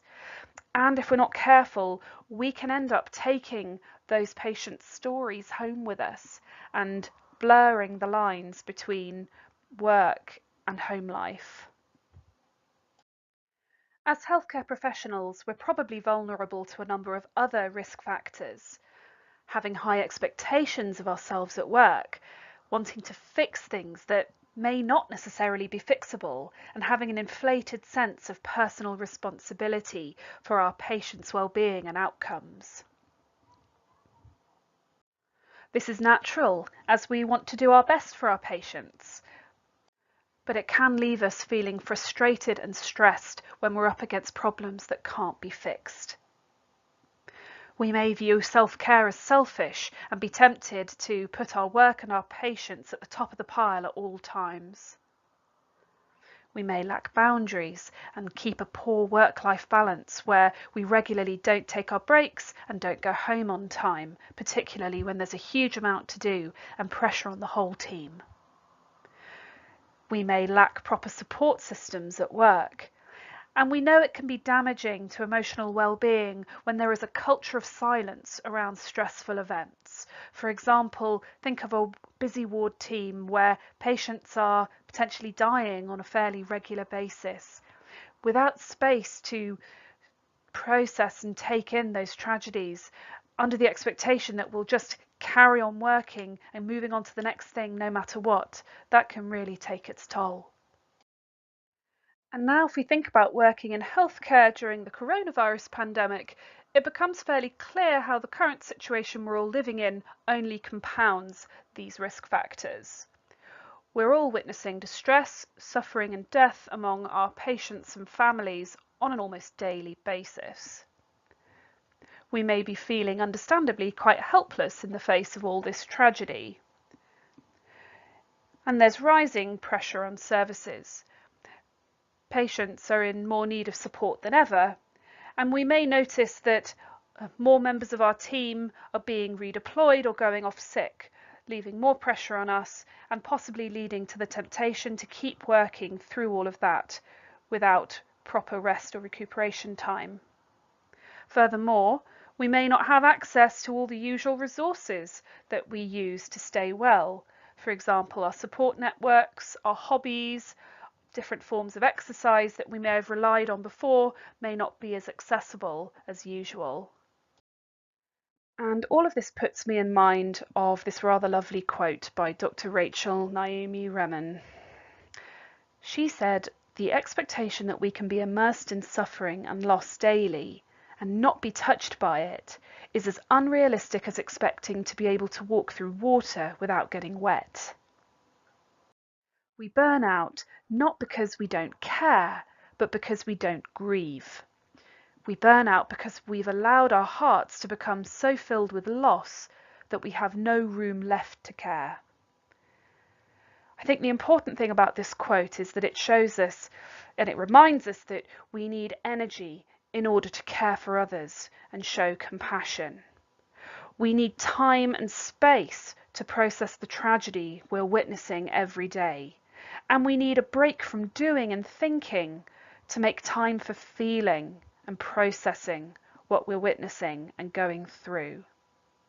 Working with suffering and tragedy without a break risks interfering with our ability to be truly present with our patients because we become exhausted and detached. And this flies in the face of our values as clinicians who got into this work because of a desire to help and connect with other people and their stories. So what can we do about this? Well, it's really important for us to be aware of the warning signs of compassion fatigue. We can adjust our expectations of ourselves at work to be more realistic, accept that we can't fix everything, focus on what has gone well, and on what's in our power to control right now. It's important that we're consciously switching between work mode and home mode in order to leave our patients' stories behind when we go home and want to switch off. We can be setting compassionate boundaries for ourselves at work, practice saying no a bit more, and try to optimize our work-life balance, for example, by going home on time and doing plenty of relaxing and enjoyable activities outside of work.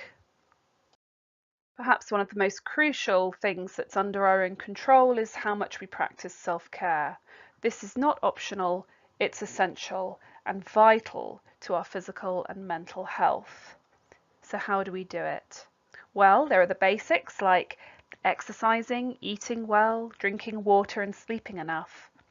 But there's also things like slowing down a bit, allowing ourselves to take our breaks, making time for hobbies and connection with other people, practicing relaxation, for example, doing some mindful meditation when we have some downtime, or even just taking a few calming breaths when we're about to take on a challenging task at work. And of course, we can practice showing compassion towards ourselves. Compassion is a habit that we practice and develop. It doesn't always come naturally, particularly when we're trying to apply it to ourselves. And a simple way of practicing caring for ourselves might be using this simple ABC technique. We can practice awareness of thoughts and feelings that show up in us and make room for them to be there without struggle. We can take a few slow breaths as we pause and take a moment to ground ourselves in the present moment, just noticing the way our feet are pressing into the floor. We can choose to show ourselves some compassion by asking ourselves, what do I need right now? And then we can make an active choice to do something that's in line with what we need and what matters, something that is within our control right now or that we can plan to do for ourselves at the first opportunity. Managers and organisations undoubtedly have a very important part to play in combating compassion fatigue among healthcare workers. We need a cultural shift in our workplaces towards taking clinicians' mental health as seriously as we take the running of our services day to day. We can do this by fostering a sense of psychological safety and well-being within our teams. For example, using the NBT model of Start Well, End Well, with its check-ins and check-outs, regular team huddles and peer debriefs. And we can ensure that there's enough support for healthcare workers in the workplace. Supervision arrangements, peer support, and Schwartz rounds, for example, where many different staff members from different disciplines across the hospital come together for an hour to hear stories of personal experiences of healthcare and to reflect on what unites us and makes us human in our work. And finally, I just wanted to encourage you to remind yourself that your self-care is vital to your physical and mental health. And this is what makes us more effective clinicians. It is not selfish to refill your own cup so that you can pour into others. It's not just a luxury, it is essential. Remember what they say on aeroplanes. Fit your own oxygen mask before helping others. There's a very good reason for that. We're going to be a lot more effective if we are well cared for and well within ourselves. Thank you very much. Thank you very much for that very interesting talk, Julia. I'm sure we'll have lots of questions for you towards when we come to that. But can we move straight on now to our next talk, which is by Sarcoma UK. So everybody known to us, Sam Hackett and Helen Stradling. And then after this presentation, we'll have some time at the end for questions and answers. So if people want to start some questions, that would be great. So over to Helen and Sam. Thank you.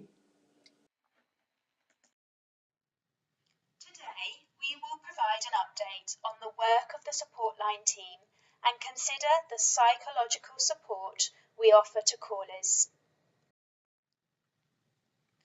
The support line has been operating for 5 years. We would like to share with you what we have heard and learned from callers. We will discuss signposting and provide some ideas of other organisations offering support. We will also touch upon how COVID-19 has impacted on the lives of people contacting the support line. The first call to the support line was in February 2016. In the first year, the team were contacted 872 times, communicating with over 400 people. 5 years on, the support line has been contacted over 9,500 times by 2,500 individuals. A text service has also been added. Importantly, the support line team have directed 109 people to specialist sarcoma services. Sarcoma UK conducted a national survey in 2020 to gather data on the experiences of sarcoma patients. Findings indicate that diagnosis or treatment has a negative impact on the mental health or well-being of 90% of patients. 45% felt they were not given enough information at diagnosis, and only 28% were informed about specific sarcoma groups. The top 3 reasons for contacting the support line over the last 5 years have been questions around diagnosis, around support, and treatments. Diagnosis.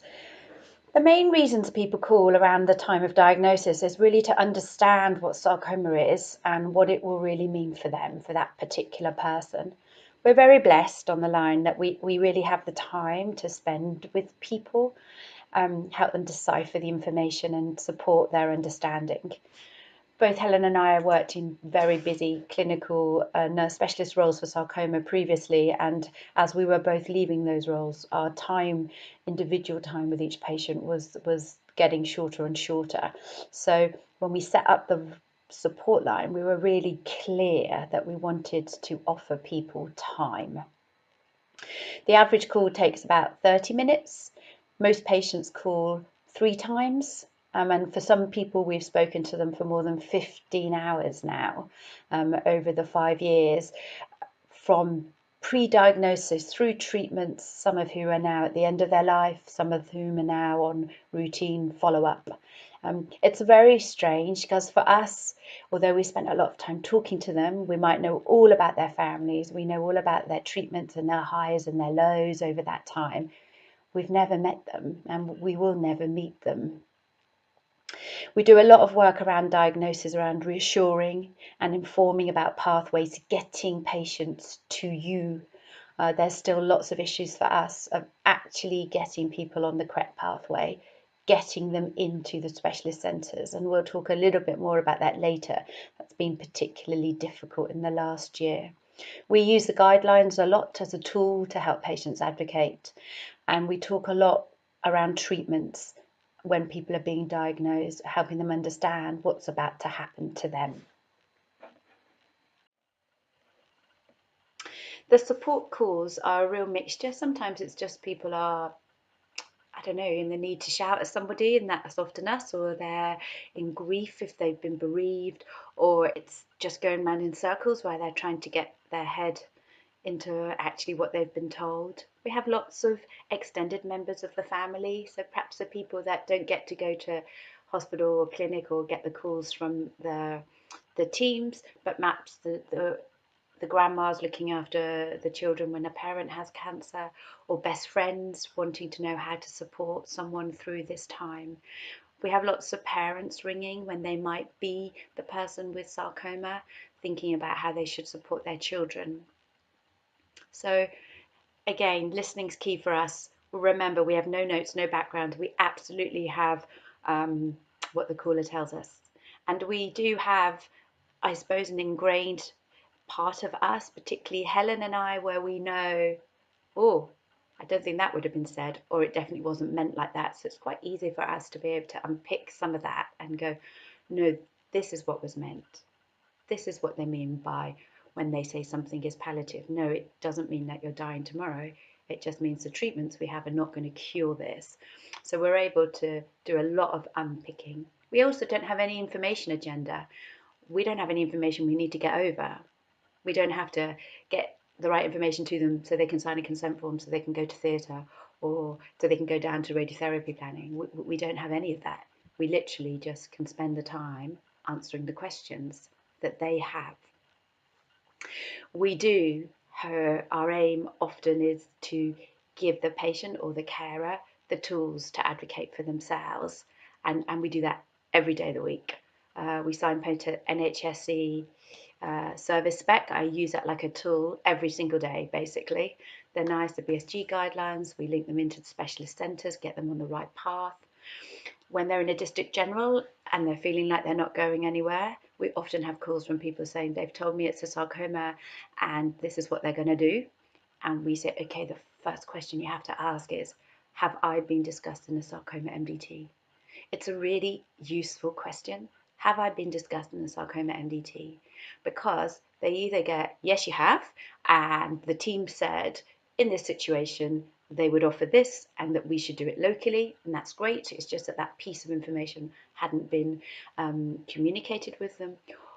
Or they get people running around going, sarcoma MDT, where's the sarcoma MDT? And occasionally over the years, we have had junior doctors, registrars, I've had 2 consultants, we've had GPs, or we've had lots of clinical nurse specialists for perhaps upper GI or breast who suddenly say, oh, the patient tells us we should be discussing them in a sarcoma MDT. We're here, where do we send them? What do we do? And we help them get on to that pathway.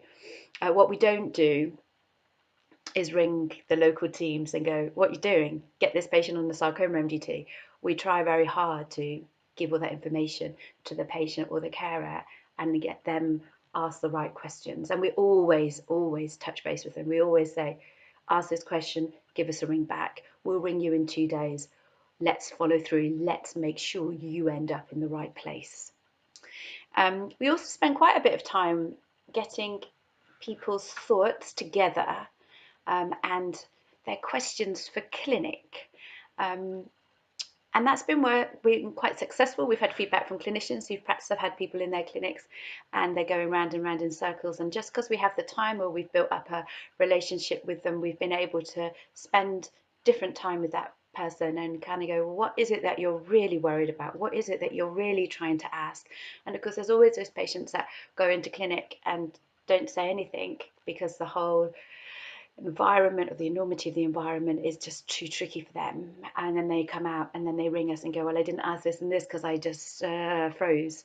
And so we do spend, and it often takes quite a while, a few emails back and forward and a conversation or two just to get a list of questions that actually if they had the answers then they would feel that they knew exactly where they were and where they were aiming to get to. And patients and professionals have fed back to us that that's been really helpful. And peer-to-peer, we often get calls about, please can you find me someone with an angiosarcoma of the breast who's 21 and lives in this side of the country, or someone with a leiomyosarcoma who's 35 and has had it removed from their left arm. And of course that's really difficult to do, and it's something we as a charity have never done direct peer-to-peer support. So we link them to support groups, but we don't just use the Sarcoma UK linked support groups, some of which you guys know a lot about, but we also do a lot of online support for them.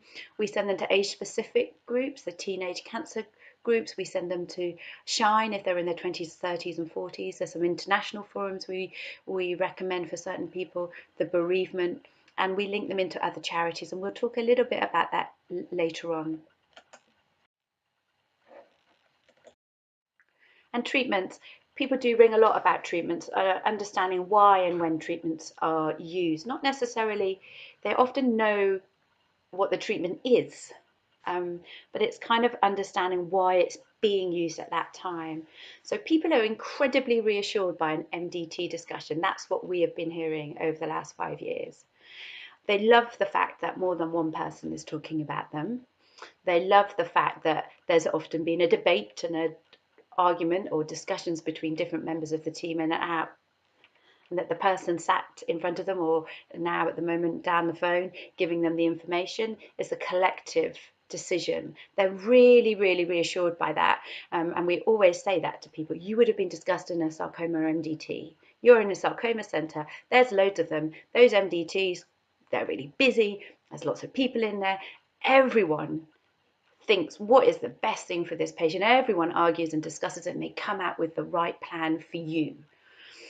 We know that lots of people struggle with why surgery has not been offered, especially if they've been seen by the surgeons and then perhaps there's new disease, metastatic disease.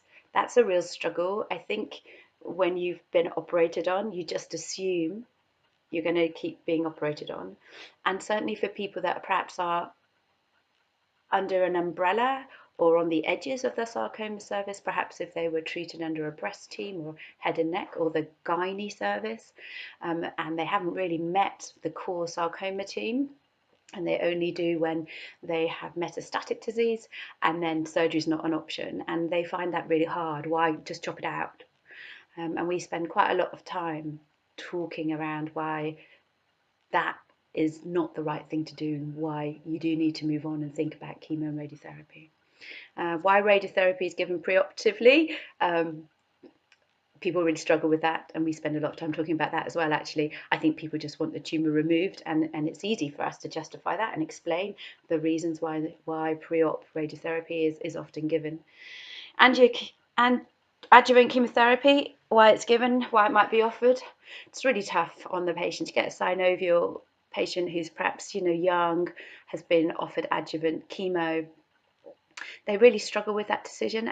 Everybody wants a black and white answer of what it will add for them if they go through that toxic chemo, and will it be of benefit, will it not? And we spend a lot of time doing the fors and against and letting people know that there is not a black and white answer, and as there often isn't in medicine, and perhaps thinking how they might respond to different things that might happen in the future if they had chemo or if they didn't.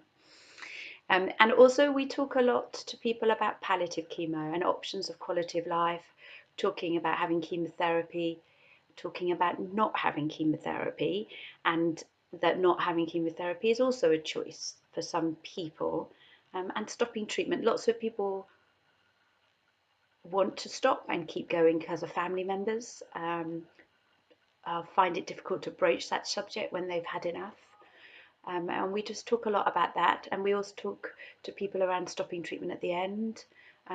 We've had lots of calls in the last year, particularly around palliative treatment stopping, and then lots of people asking us questions around how they might die, what a death with sarcoma might be like, what to expect. And I think that's perhaps been because in some situations across the country, the palliative care teams haven't been able to take people on their books until the very last couple of weeks of their life. And of course, for our patients, they might not be having treatment in the centre anymore, but they're also not at the end of their life. And we've been talking to lots of people about what the future might hold.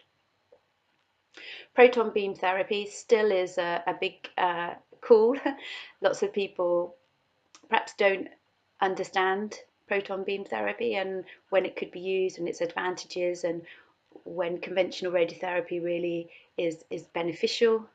They also still have this perception that it's not available on the NHS, and that it's much better than conventional RT, and that if they could only pay for it, they could get it. So we talk a lot about how the referrals into the proton beam therapy unit work, and how it's a national panel and a decision, and that if people, if it is felt that your local team and the sarcoma MDT feel that proton beam therapy could be beneficial, that absolutely you would go to the national panel for further discussion, and that would be made nationally, that decision.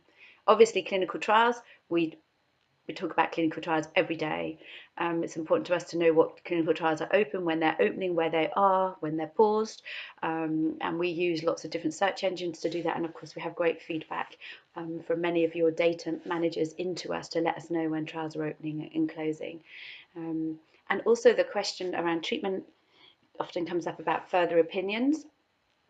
And what we often say, well, is if you're going for a second opinion or a further opinion, it is something you're entitled to on the NHS. But if you are in a sarcoma specialist centre, you are really, really, really likely to go to another specialist centre and to hear exactly the same thing.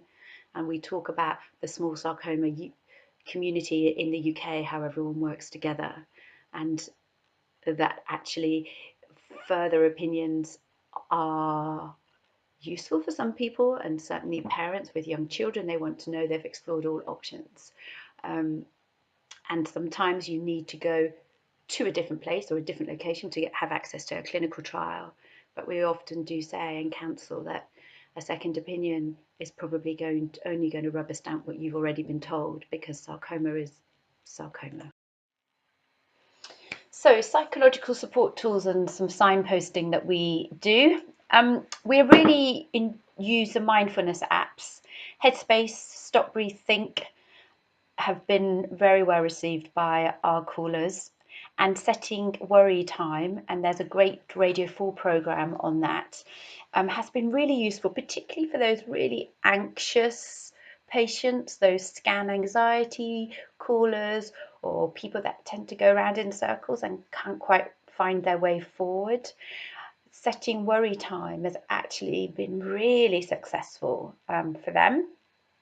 We use Shine Cancer Support, like I said before. Maggie's are really good as well, even in lockdown. The Maggie's teams have been working away, and we know I think we probably have a relationship with all the Maggie centres now, and often with the Maggie centres we've worked in partnership with particular patients, which has worked really well.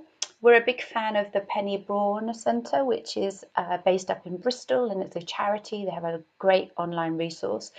We'd probably signpost to Penny Braun when people are looking at ideas of what they can do for themselves to live well with a diagnosis of cancer.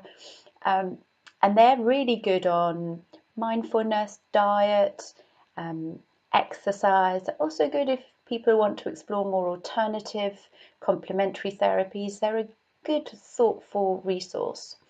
There's 2 extra things on the end here. One about the Child Bereavement Trust, who very recently have put out a little video about the invisible suitcase, which is really good if you are trying to support children with anxiety, or to offer to parents if they're worried about children around bereavement.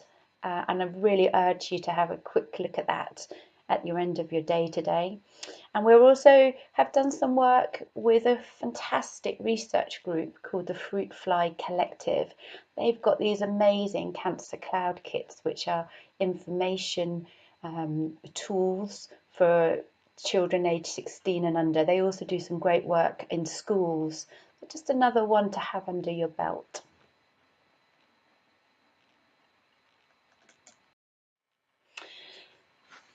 Now we're going to spend a few minutes just thinking about how COVID-19 has affected the lives of people contacting the Sarcoma UK support line.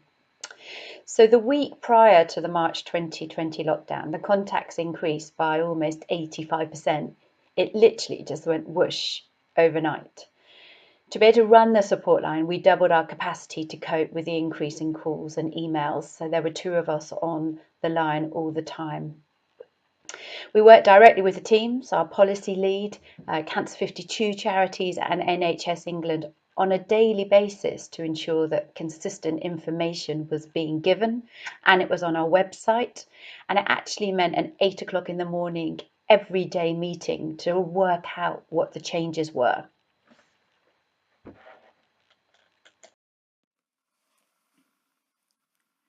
The reason people have been contacting the support line over the last year in the time of the COVID-19 pandemic has kind of changed as the year's gone on.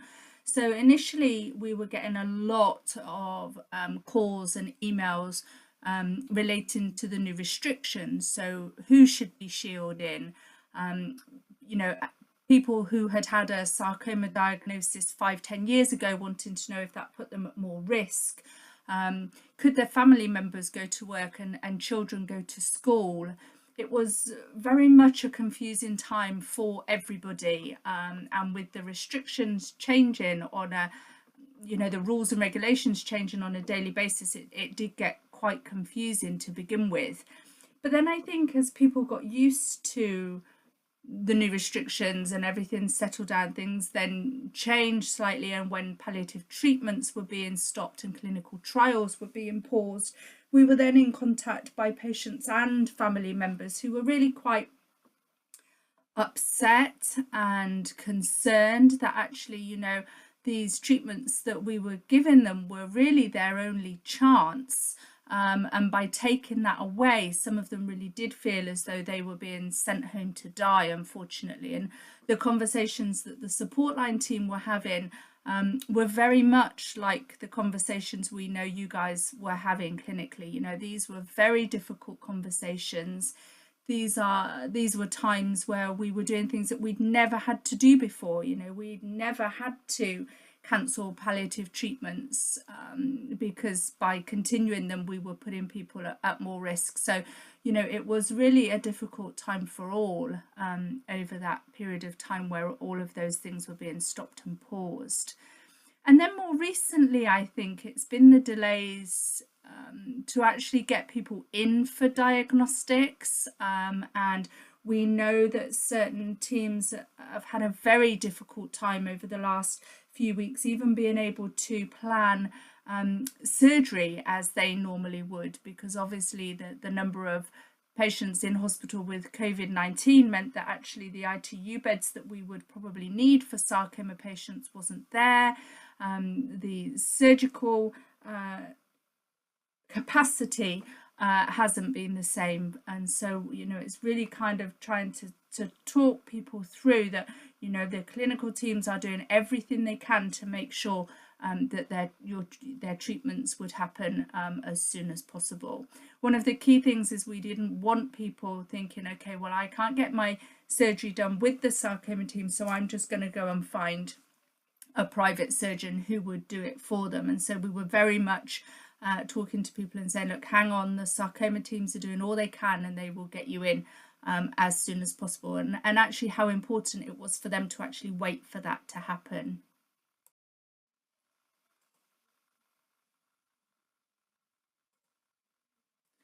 So we have found a number of themes kind of over the last year or so. And one really is of isolation and loneliness. And so what we now do is offer a callback service. So if we speak to somebody and it's very clear that actually they are very isolated and lonely, we will offer to call them back maybe in 2 weeks, 4 weeks, whichever is best for them. And I think they feel that because they know that they're going to have a phone call from us, it kind of makes them think, okay, well, I've got somebody to talk to and I've got somebody that's actually going to be back in contact with me. There were also fears around the changes to diagnosis. You know, people actually weren't being seen potentially for lumps and bumps to be, you know, felt in person. And so we've helped people with the words to use to be able to describe the lump and really encourage people to see their GP and explaining why we think that that is so important. We have had tricky times where GPs have requested ultrasounds, but unfortunately radiology have bounced them back. And so we've been talking to people about going back to their GP and, you know, really why we think it's really important for those to have the ultrasound if they've got red flag sarcoma warnings. Also, there was a fear around changes to routine follow-up. Obviously, right at the start, there was an anxiety around delays to routine scans. You know, people saying, well, if I don't have my scan and there's something going on, we won't know about it. And, you know, they were absolutely right, because if scans aren't done, then we really don't know. And I think it will be interesting as time goes on to understand exactly what impact that will have, because I think it's still too early to know exactly what will happen with people that have had delays to routine scanning. We also know that community services have been under serious pressure. Community palliative care has been minimal unless patients are actively dying, and so people have felt at times that they'd been abandoned because obviously they'd been moved from their sarcoma team into the community, but the community teams weren't picking them up as quickly as perhaps they would have done previously. And obviously, you know, many people had been redeployed over that time, and so the services were really at a big stretch. The link at the bottom will take you to a document that we produced, just helping people think about questions and that they may have with their telephone follow-up appointments, which would have been very different to when they had been seen face to face. So please do feel free to have a look at that. So we obviously have had positives as well. We've heard from a lot of people saying that actually their loved ones had a calmer and more peaceful time before their deaths, because obviously people weren't having friends and families dropping in all the time to, you know, give their best wishes and drop off food and things like that. And so it really gave families more time together. And when we think about actually people having their children at home, kids aren't at university, people were working from home, it really gave people time to spend together. Many people really felt that the telephone clinics were easier, they didn't have to travel, it would cost less, and they didn't take on the worries of the other patients in clinic. They would literally have their telephone consultation with their clinician or their nurse, and they felt that that was better for them.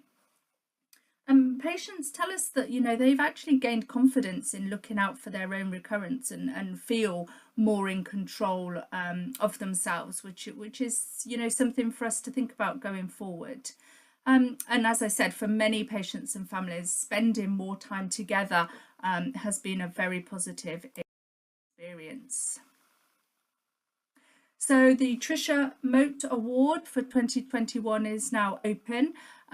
We are welcoming applications up until the 1st of April. And so obviously this gives you a chance to be sponsored for the 2022 BSG, which hopefully will be in person and we'll all be able to be back together again. Also funding a study day of your choice and support to visit one of the other clinical teams. So please do look at the application on the website. If you've got any questions at all, do email Sam, and we look forward to receiving those and being able to award that for you. So thank you very much for listening to us, and if there's anything at all we can help with or you've got any questions, please do just let us know. Thanks very much.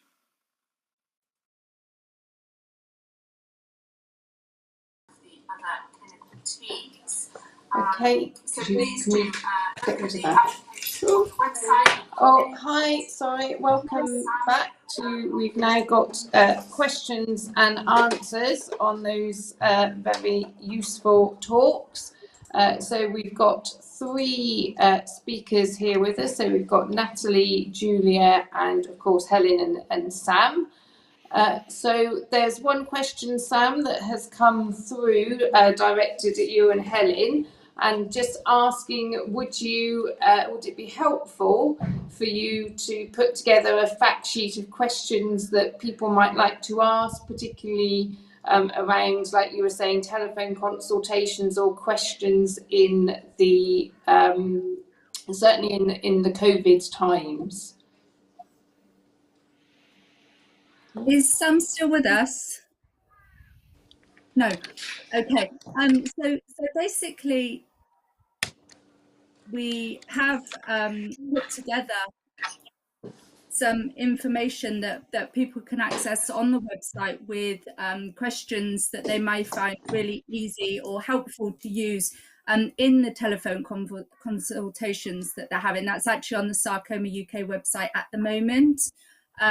We've also we have one-on-one conversations with people, so people will ring us about specific consultations that they're having, and obviously we can then tailor the questions to their own specific needs. But you know, if anybody thinks of anything even more that we could be doing, we'd be more than happy to do that, so just be in contact with us.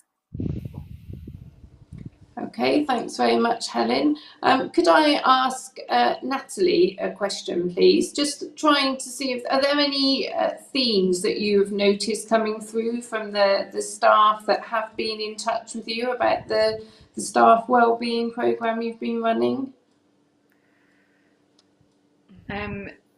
Yes. So I guess we've been moving a lot towards doing delivering sessions to teams, and I think we've noticed, particularly with teams, team morale being quite low and people just feeling pretty burnt out and exhausted, as you can imagine. So it would be, I guess, expected that on a one-to-one level, we definitely have had staff coming through more with, I think, probably stress and wanting skills and tools for how to manage stress and difficult kind of thoughts and feelings that arise. But on a team level, I think there's been, so much change, and people have been redeployed. The pressures of having to shield and not necessarily have that face-to-face contact with your colleagues has been really difficult and impacted teams considerably. And I think even with masks, we wear masks, from the moment you walk into the hospital to the moment that you leave. And we really miss out on that personal interaction with one another. You can stand in a lift and be unsure whether you even recognise the person next to you. And so I think people have found that really hard, actually, not feeling like they can bring themselves fully to work. So probably not unsurprising and fairly predictable, but definitely adapting to change and low staff morale. come to the forefront of my mind. Thank you. And is this, can I just ask, is this as a service that you feel is going to continue post COVID? Is there an appetite within the trust for this to be an ongoing service? Yeah, so the service was started in 2018. It's just kind of grown significantly since then. So we're now a team of 6 psychologists, not all of us full time, and we are just actually about to advertise for another psychologist. So the trust, I think, is really investing in this, and especially in that kind of idea of creating a psychologically safe workplace and wanting to do more on a team level, really, to continue the provision. So yes, is the short answer. And sorry, one more last question regarding that. Has there been, do we know, are there any other services like this around the country in other trusts, or other trusts been in touch with you?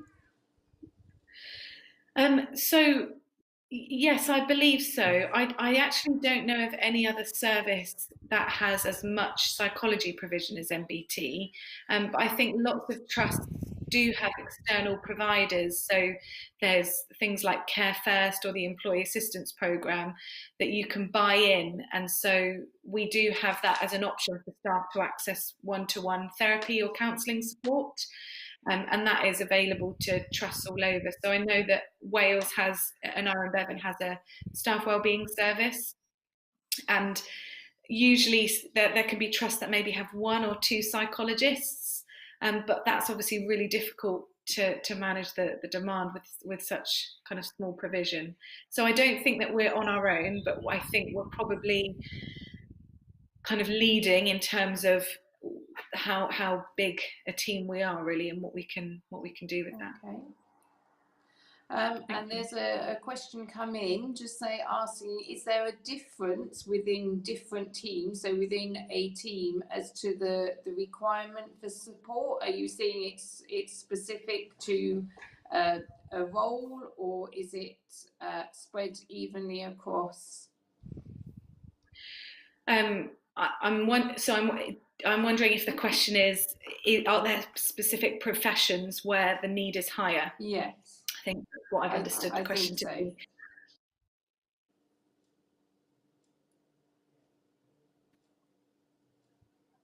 Oh.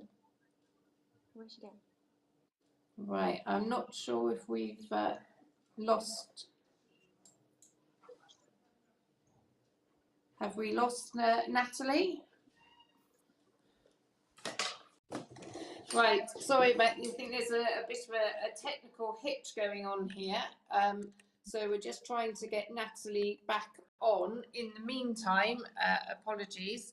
Could I ask a question of, can I ask Julia, in terms of compassion fatigue, is there anything that you have found more helpful in directing staff or different teams towards? Is this a team approach, or is it aimed at a certain group of staff?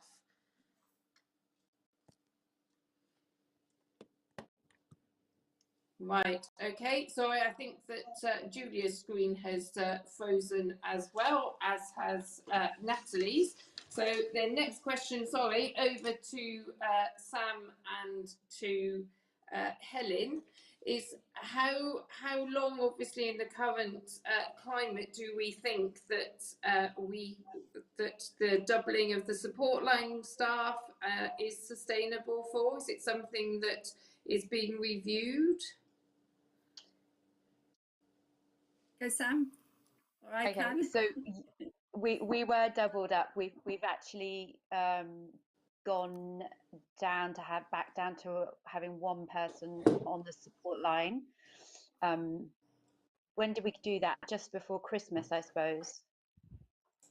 Helen, I'm just trying to think. Yeah, I mean, we have someone in the background now, whereas before it was like, quick, answer the phone and then answer the next call. Whereas definitely now we have 1 person back to being the main person and someone else doing emails and other jobs and is around if we need to step back up again.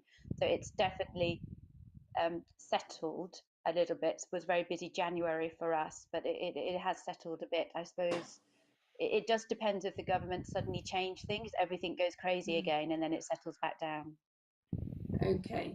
All right. Thank you, Sam. I think, sorry, we've had a few technical issues just then. So I'm sorry, Julia and Natalie, there are some questions, but we'll come back to ask those and send those to you individually, if that's okay.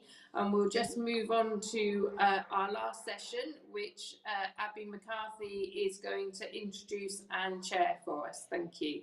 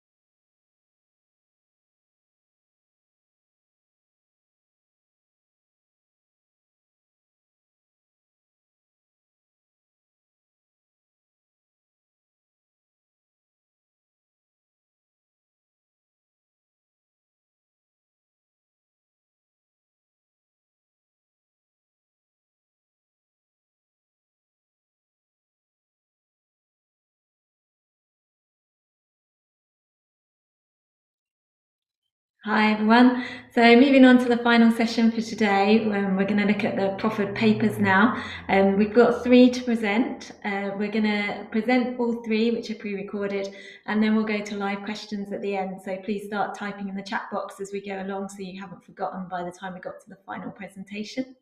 Our first presentation is going to be delivered by Charlotte Harvey-Wright. She is from Cambridge University Hospital, talking about the evolving role of the sarcoma radiographer and its benefits to patient care. She won the Tricia Moat Award this year, so she's presenting on behalf of that as well. Hello, my name is Charlotte Harvey-Wright and I have been an advanced practice therapeutic radiographer at Addenbrooke's Hospital in Cambridge since 2017. This was a new position created because the sarcoma clinical oncology team required radiographer support, although due to patient numbers, my job is not entirely sarcoma based. Regardless, I would summarise my sarcoma role as being the key worker for TYA and adult patients receiving radical or palliative radiotherapy for sarcoma, providing them with support from radiotherapy referral to long-term follow-up, as well as being the radiotherapy point of contact for the wider sarcoma multidisciplinary team. Once appointed, I had to upskill to fulfil the core responsibilities of this advanced practice role. In addition to ensuring all documentation was up to date, advocating for sarcoma patients and MDT meeting attendance, this included overseeing the radiotherapy patient pathway to ensure that sarcoma patients progress in an optimal manner and start their radiotherapy treatment at the right time for them. In addition, consideration may need to be given to the best way of positioning individual patients for radiotherapy, especially if their disease is in an unusual location. This may involve working with a technical lead radiographer to discuss specific patients ahead of time if appropriate. I undertook extensive training to be able to perform radiographer-led radiotherapy on treatment review consultations. This is a core element of radiotherapy advanced practice duties locally and centres on the provision of expert advice regarding radiotherapy toxicity assessment and management. Training for this involved passing a radiotherapy review MSc module, as well as designing and completing a tailored in-house competency package, which involved working through a supported learning pathway to facilitate my practical development. Furthermore, to support our female sarcoma patients undergoing radiotherapy to the pelvis, I ensured that this training included the delivery of appropriate vaginal dilator information. There was also a period of meeting and integrating with the wider sarcoma multidisciplinary team. For example, I often liaise with our clinical nurse specialists along with AHPs, especially the dietitians and speech and language therapists as required. Both prehab and rehab capacity is increasing locally, so it has been helpful to meet the local physiotherapy team in person, and I have also spent time shadowing the local lymphedema service, which has given me an insight into what they do. However, it is worth mentioning that my role was never intended to replace existing services. As with all advanced practice roles, ongoing adaptation is inevitable to respond to changing circumstances. In my case, it became clear that the role would benefit from the introduction of a holistically focused, radiographer-led patient review during the first week of radiotherapy. This is a totally new aspect of sarcoma patient care at Addenbrooke's and does not replace a task previously performed by a clinical oncologist. This consultation focuses on verifying whether the patient is following radiotherapy advice at a point where compliance can be encouraged before non-adherence becomes detrimental to the patient. I also promote general diet, exercise and smoking cessation advice as appropriate and allow time for ensuring the patient is aware of support available through the various charities, things that my clinical oncologists were particularly keen that I included. While I essentially stole this idea from an advanced practice colleague of mine, I felt that the concept would be transferable to sarcoma patients due to their individual needs and the fact that patients often require careful monitoring due to skincare requirements. This is especially true after surgery, as skin or wound breakdown often prevents the delivery of the full course of radiotherapy, so early intervention is desirable. I have established a radiographer-led telephone clinic for patient follow-up after radiotherapy and routine long-term patient follow-up. This service is not suitable for all patients, and those with complex needs may still need to be seen face-to-face. Last year, I retrained so that I could once again work clinically on our superficial radiotherapy machine in case I needed to be redeployed clinically as part of the COVID efforts. As it happens, this machine is not routinely staffed on our sarcoma outpatient clinic day. So in practice, this has meant that I'm now able to treat patients attending clinic with superficial radiotherapy on the same day if required. Going forward, I hope to formalise practice in this area at the appropriate time after COVID to provide a one-stop superficial sarcoma service. So with regards to the potential patient benefits, the majority of the main responsibilities I have undertaken can be grouped into 4 themes. Streamlining the sarcoma radiotherapy pathway, reducing waiting times, not just prior to radiotherapy starting, but also minimising the need to wait for a doctor through the provision of radiographer-led review clinics in the department, a reduction of unnecessary travel by combining appointments and through the provision of the radiographer-led telephone clinic, and having an advanced practice therapeutic radiographer ensures the consolidation of expert sarcoma radiotherapy practice in one person, while having access to a named key worker could arguably be the most tangible benefit to the sarcoma patients themselves. In addition to the direct benefits to patient care, this role has also afforded me professional opportunities. Examples include being one of the 2 winners of last year's Tricia Motes Award sponsored by Sarcoma UK. I was delighted to achieve this, and I believe it has led to many other opportunities and allowed me to raise my professional profile in line with the expectations of an advanced practice role. I also hope that this will lead to the continued awareness of the role of specialist therapy radiographers within the wider sarcoma community. I was then asked to contribute to and subsequently professionally review the Allied Health Professional Guide by Sarcoma UK, and I've also been involved in the East of England Sarcoma Task and Finish group as a therapy radiographer representative. My main inputs involved radiotherapy patient localisation and written information for sarcoma patients, and these aspects form part of my advanced practice responsibility at Addenbrooke's. In conclusion, despite the low number of sarcoma patients, a personalised approach is often required. Therefore, having an advanced practice therapy radiographer as a key worker during radiotherapy allows for a focused and tailored service, incorporating an individualised and supportive relationship with sarcoma patients. And finally, I am happy to be contacted by email should anybody wish to know more about my role. Thank you for listening. Hi everyone, that was a really interesting presentation there from Charlotte. I'm sure you'll agree. There'll be some questions for her at the end. We're going to move on now to a presentation from Siobhan Furtado from the RNOH Stanmore.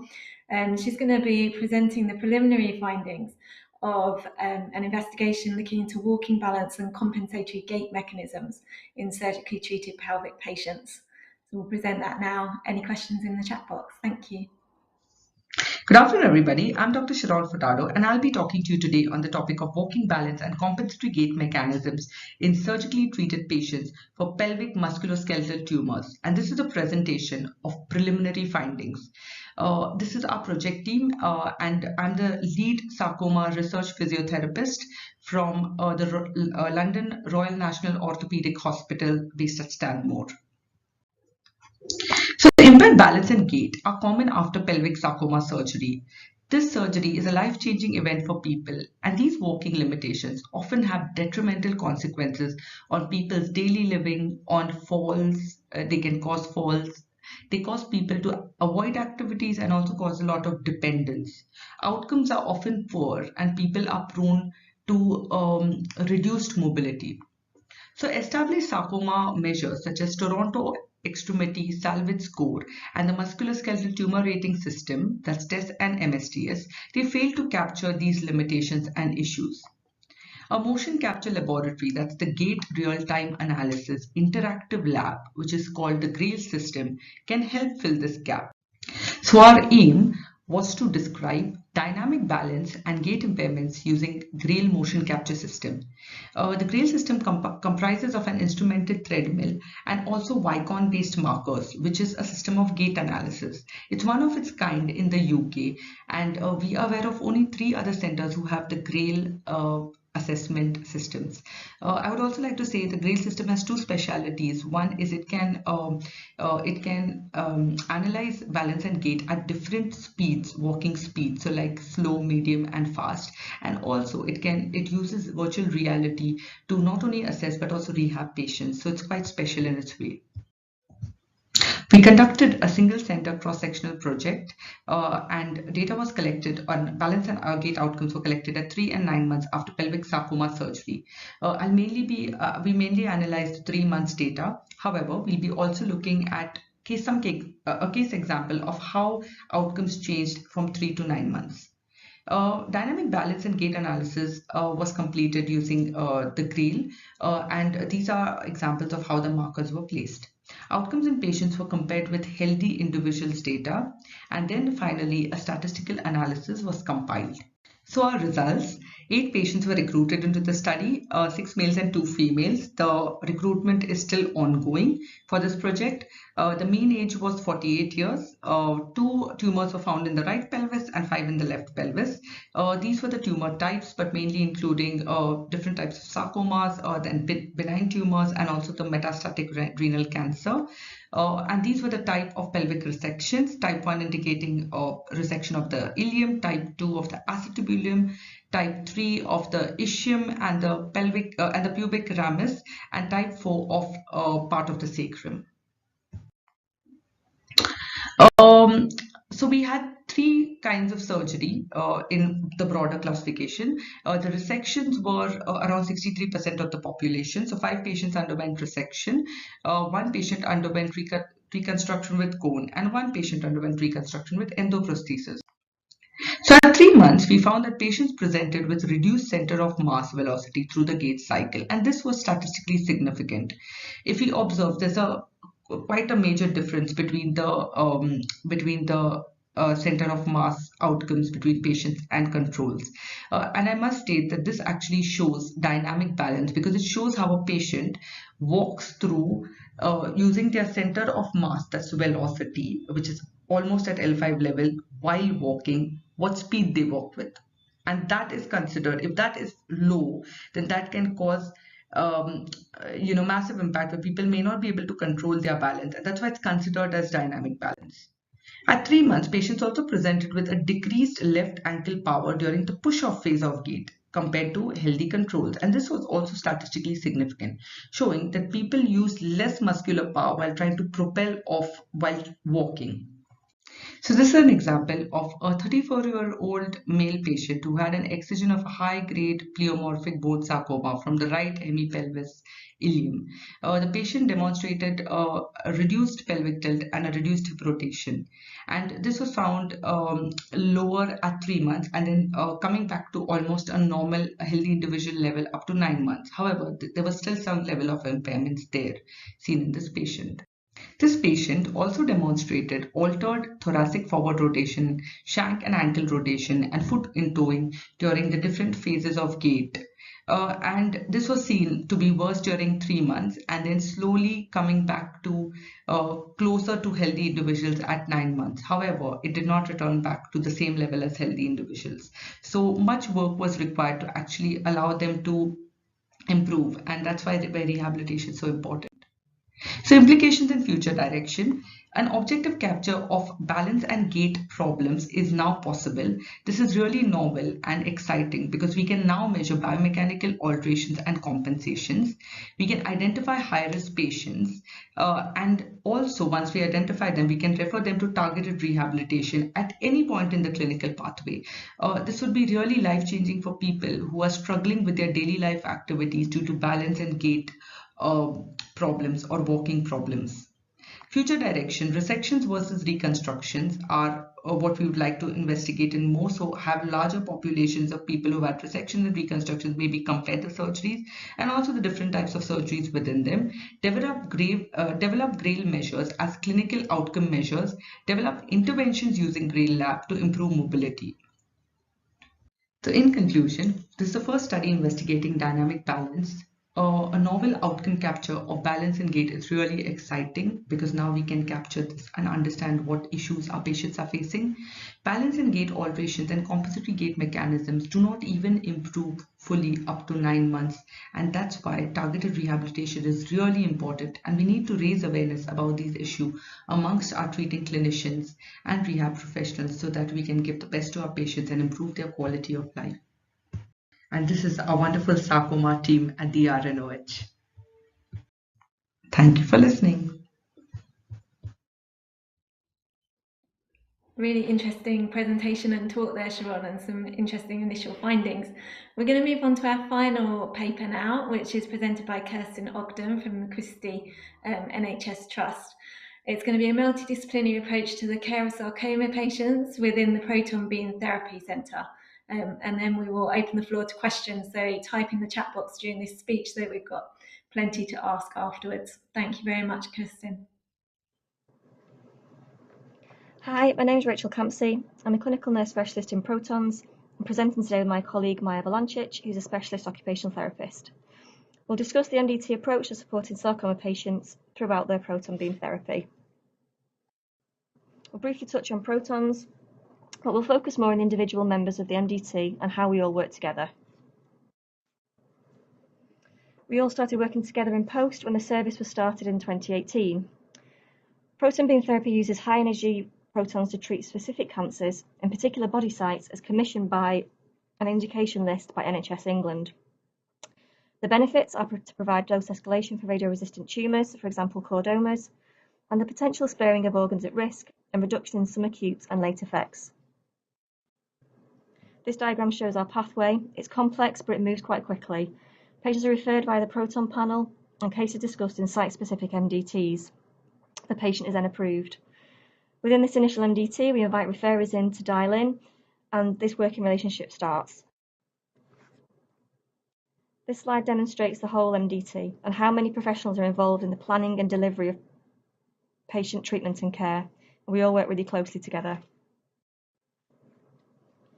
There are many challenges for patients having proton beam therapy. The specific technicalities of treatment delivery, how weight loss and gain can impact on contours and treatment plans, to managing acute toxicities, to providing psychological and social support. One thing we've all noticed as a team is the effect being away from home has on the patient, as they're removed from their usual support networks and coping strategies. More recently, of course, adding into this is the isolation induced by COVID and all the additional challenges, uncertainties and fear that this brings. As a key worker, I'm the first point of contact for the patient. I make the first call after MDT and make an initial assessment. I'll ask questions such as how their post-op pain is, for example, how mobile they are they able to get into a treatment position, where they're up to in chemotherapy, and start some psychosocial need assessments as well. It's my job to have lots of liaison with referring teams, coordinate the treatment pathway, provide support throughout treatment, and during clinic reviews, it's a really great opportunity for consultants, fellows, key workers and HPs to come together in their continuing assessment of patients.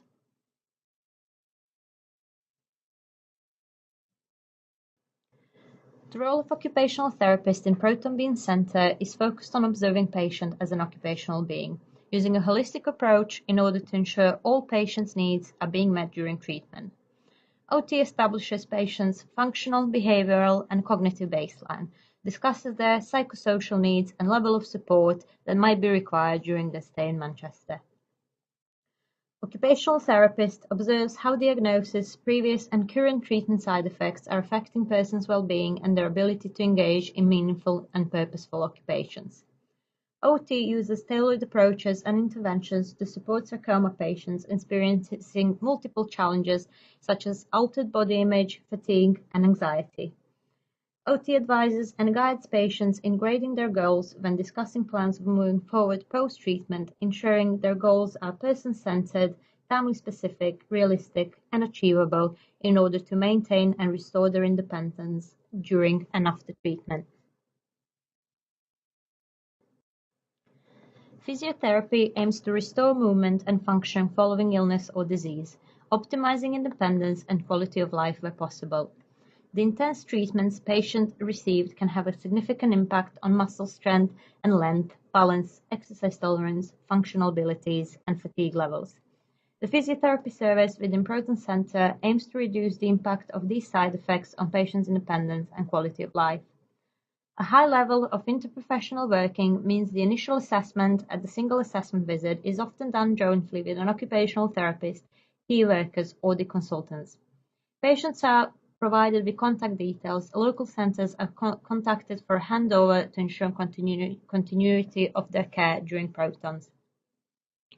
Based on initial assessment findings, patients have the opportunity to engage in pre-treatment rehabilitation during the planning phase. This ensures they are in the best physical position to tolerate 6 weeks of treatment.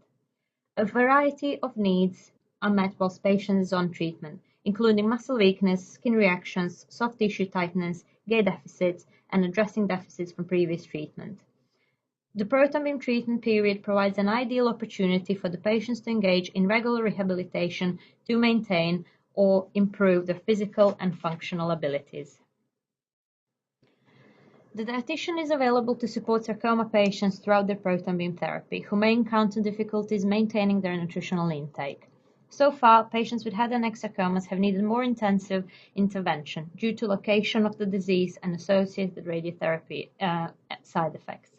All those patients referred to the dietitian have a detailed baseline nutritional assessment on their assessment visit week and tailored nutritional support advice. This was varied from oral nutritional support, focusing on normal diet alone, and also the inclusion of oral nutritional supplement drinks. From oral nutritional support to complex enteral feed management, a small number of sarcoma patients have required an enteral feeding, either with a reactive NG tube placed mid-treatment or via pre-treatment gastrostomy placed at the referring center.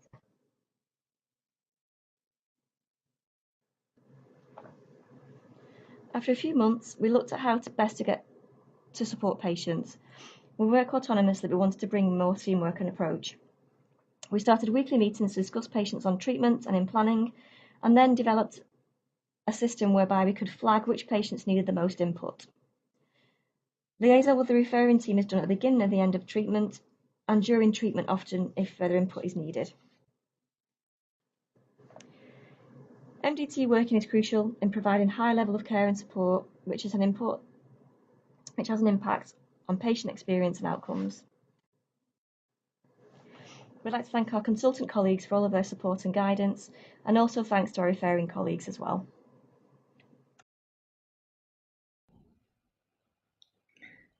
So that brings us to our final questions now. We're going to start with Charlotte, if that's okay, Charlotte, as you were first to present. We were just wondering, so it sounds like a really interesting service development and new role. What were the challenges that you came across in implementing this, if any? Thank you. So I think the main challenges were to balance the different aspects of this role, because I'm not entirely sarcoma based. So it's finding time to devote myself to each part of the role and not to neglect anything as well, and see my job as a whole. For the sarcoma itself, it's finding time to do everything. I came straight from the treatment floor, and so I've had to build up all my advanced practice skills from scratch. And I think one of the biggest challenges is because I'm doing two things side by side. I'm setting up a adult palliative radiotherapy radiographer-led pathway as well. Finding that things take about twice as long as we intended. Great. Thank you very much indeed.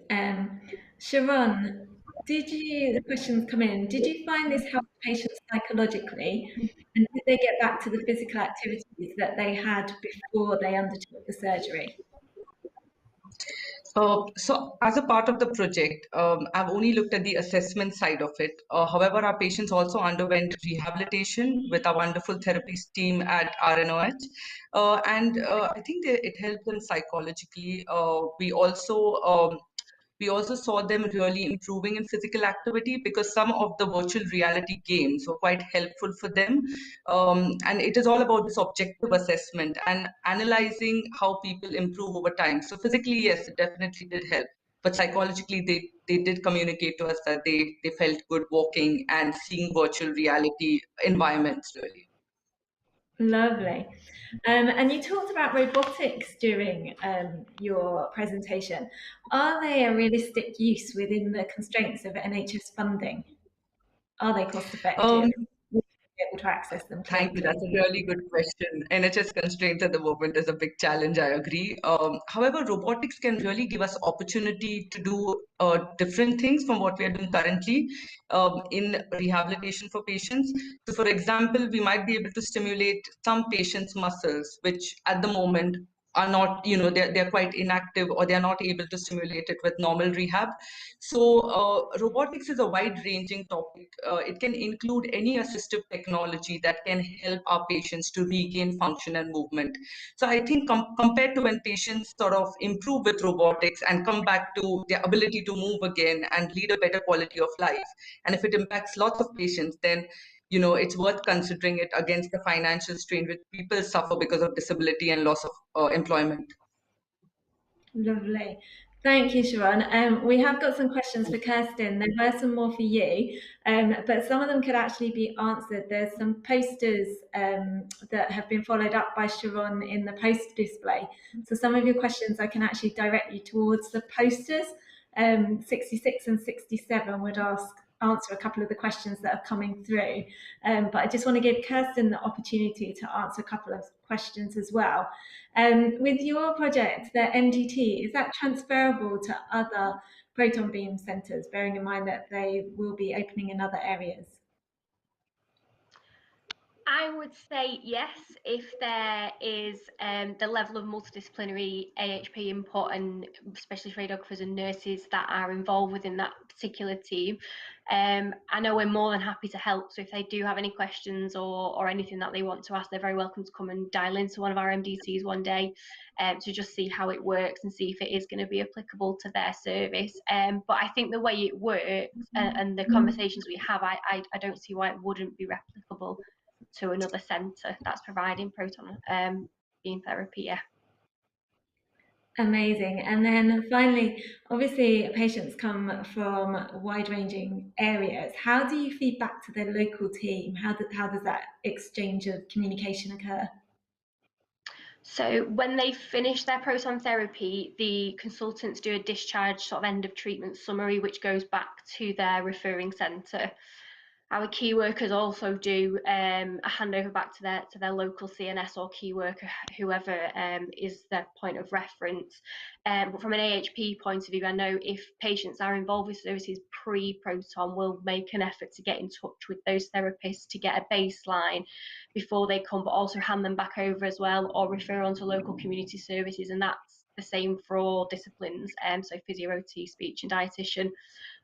So we do make an extra effort to support these patients. Obviously, we're very aware they're coming from all over the country and we're not familiar with what their local services are. So there is extra emphasis made on the transition to home and supporting those patients going forwards following finishing their treatment.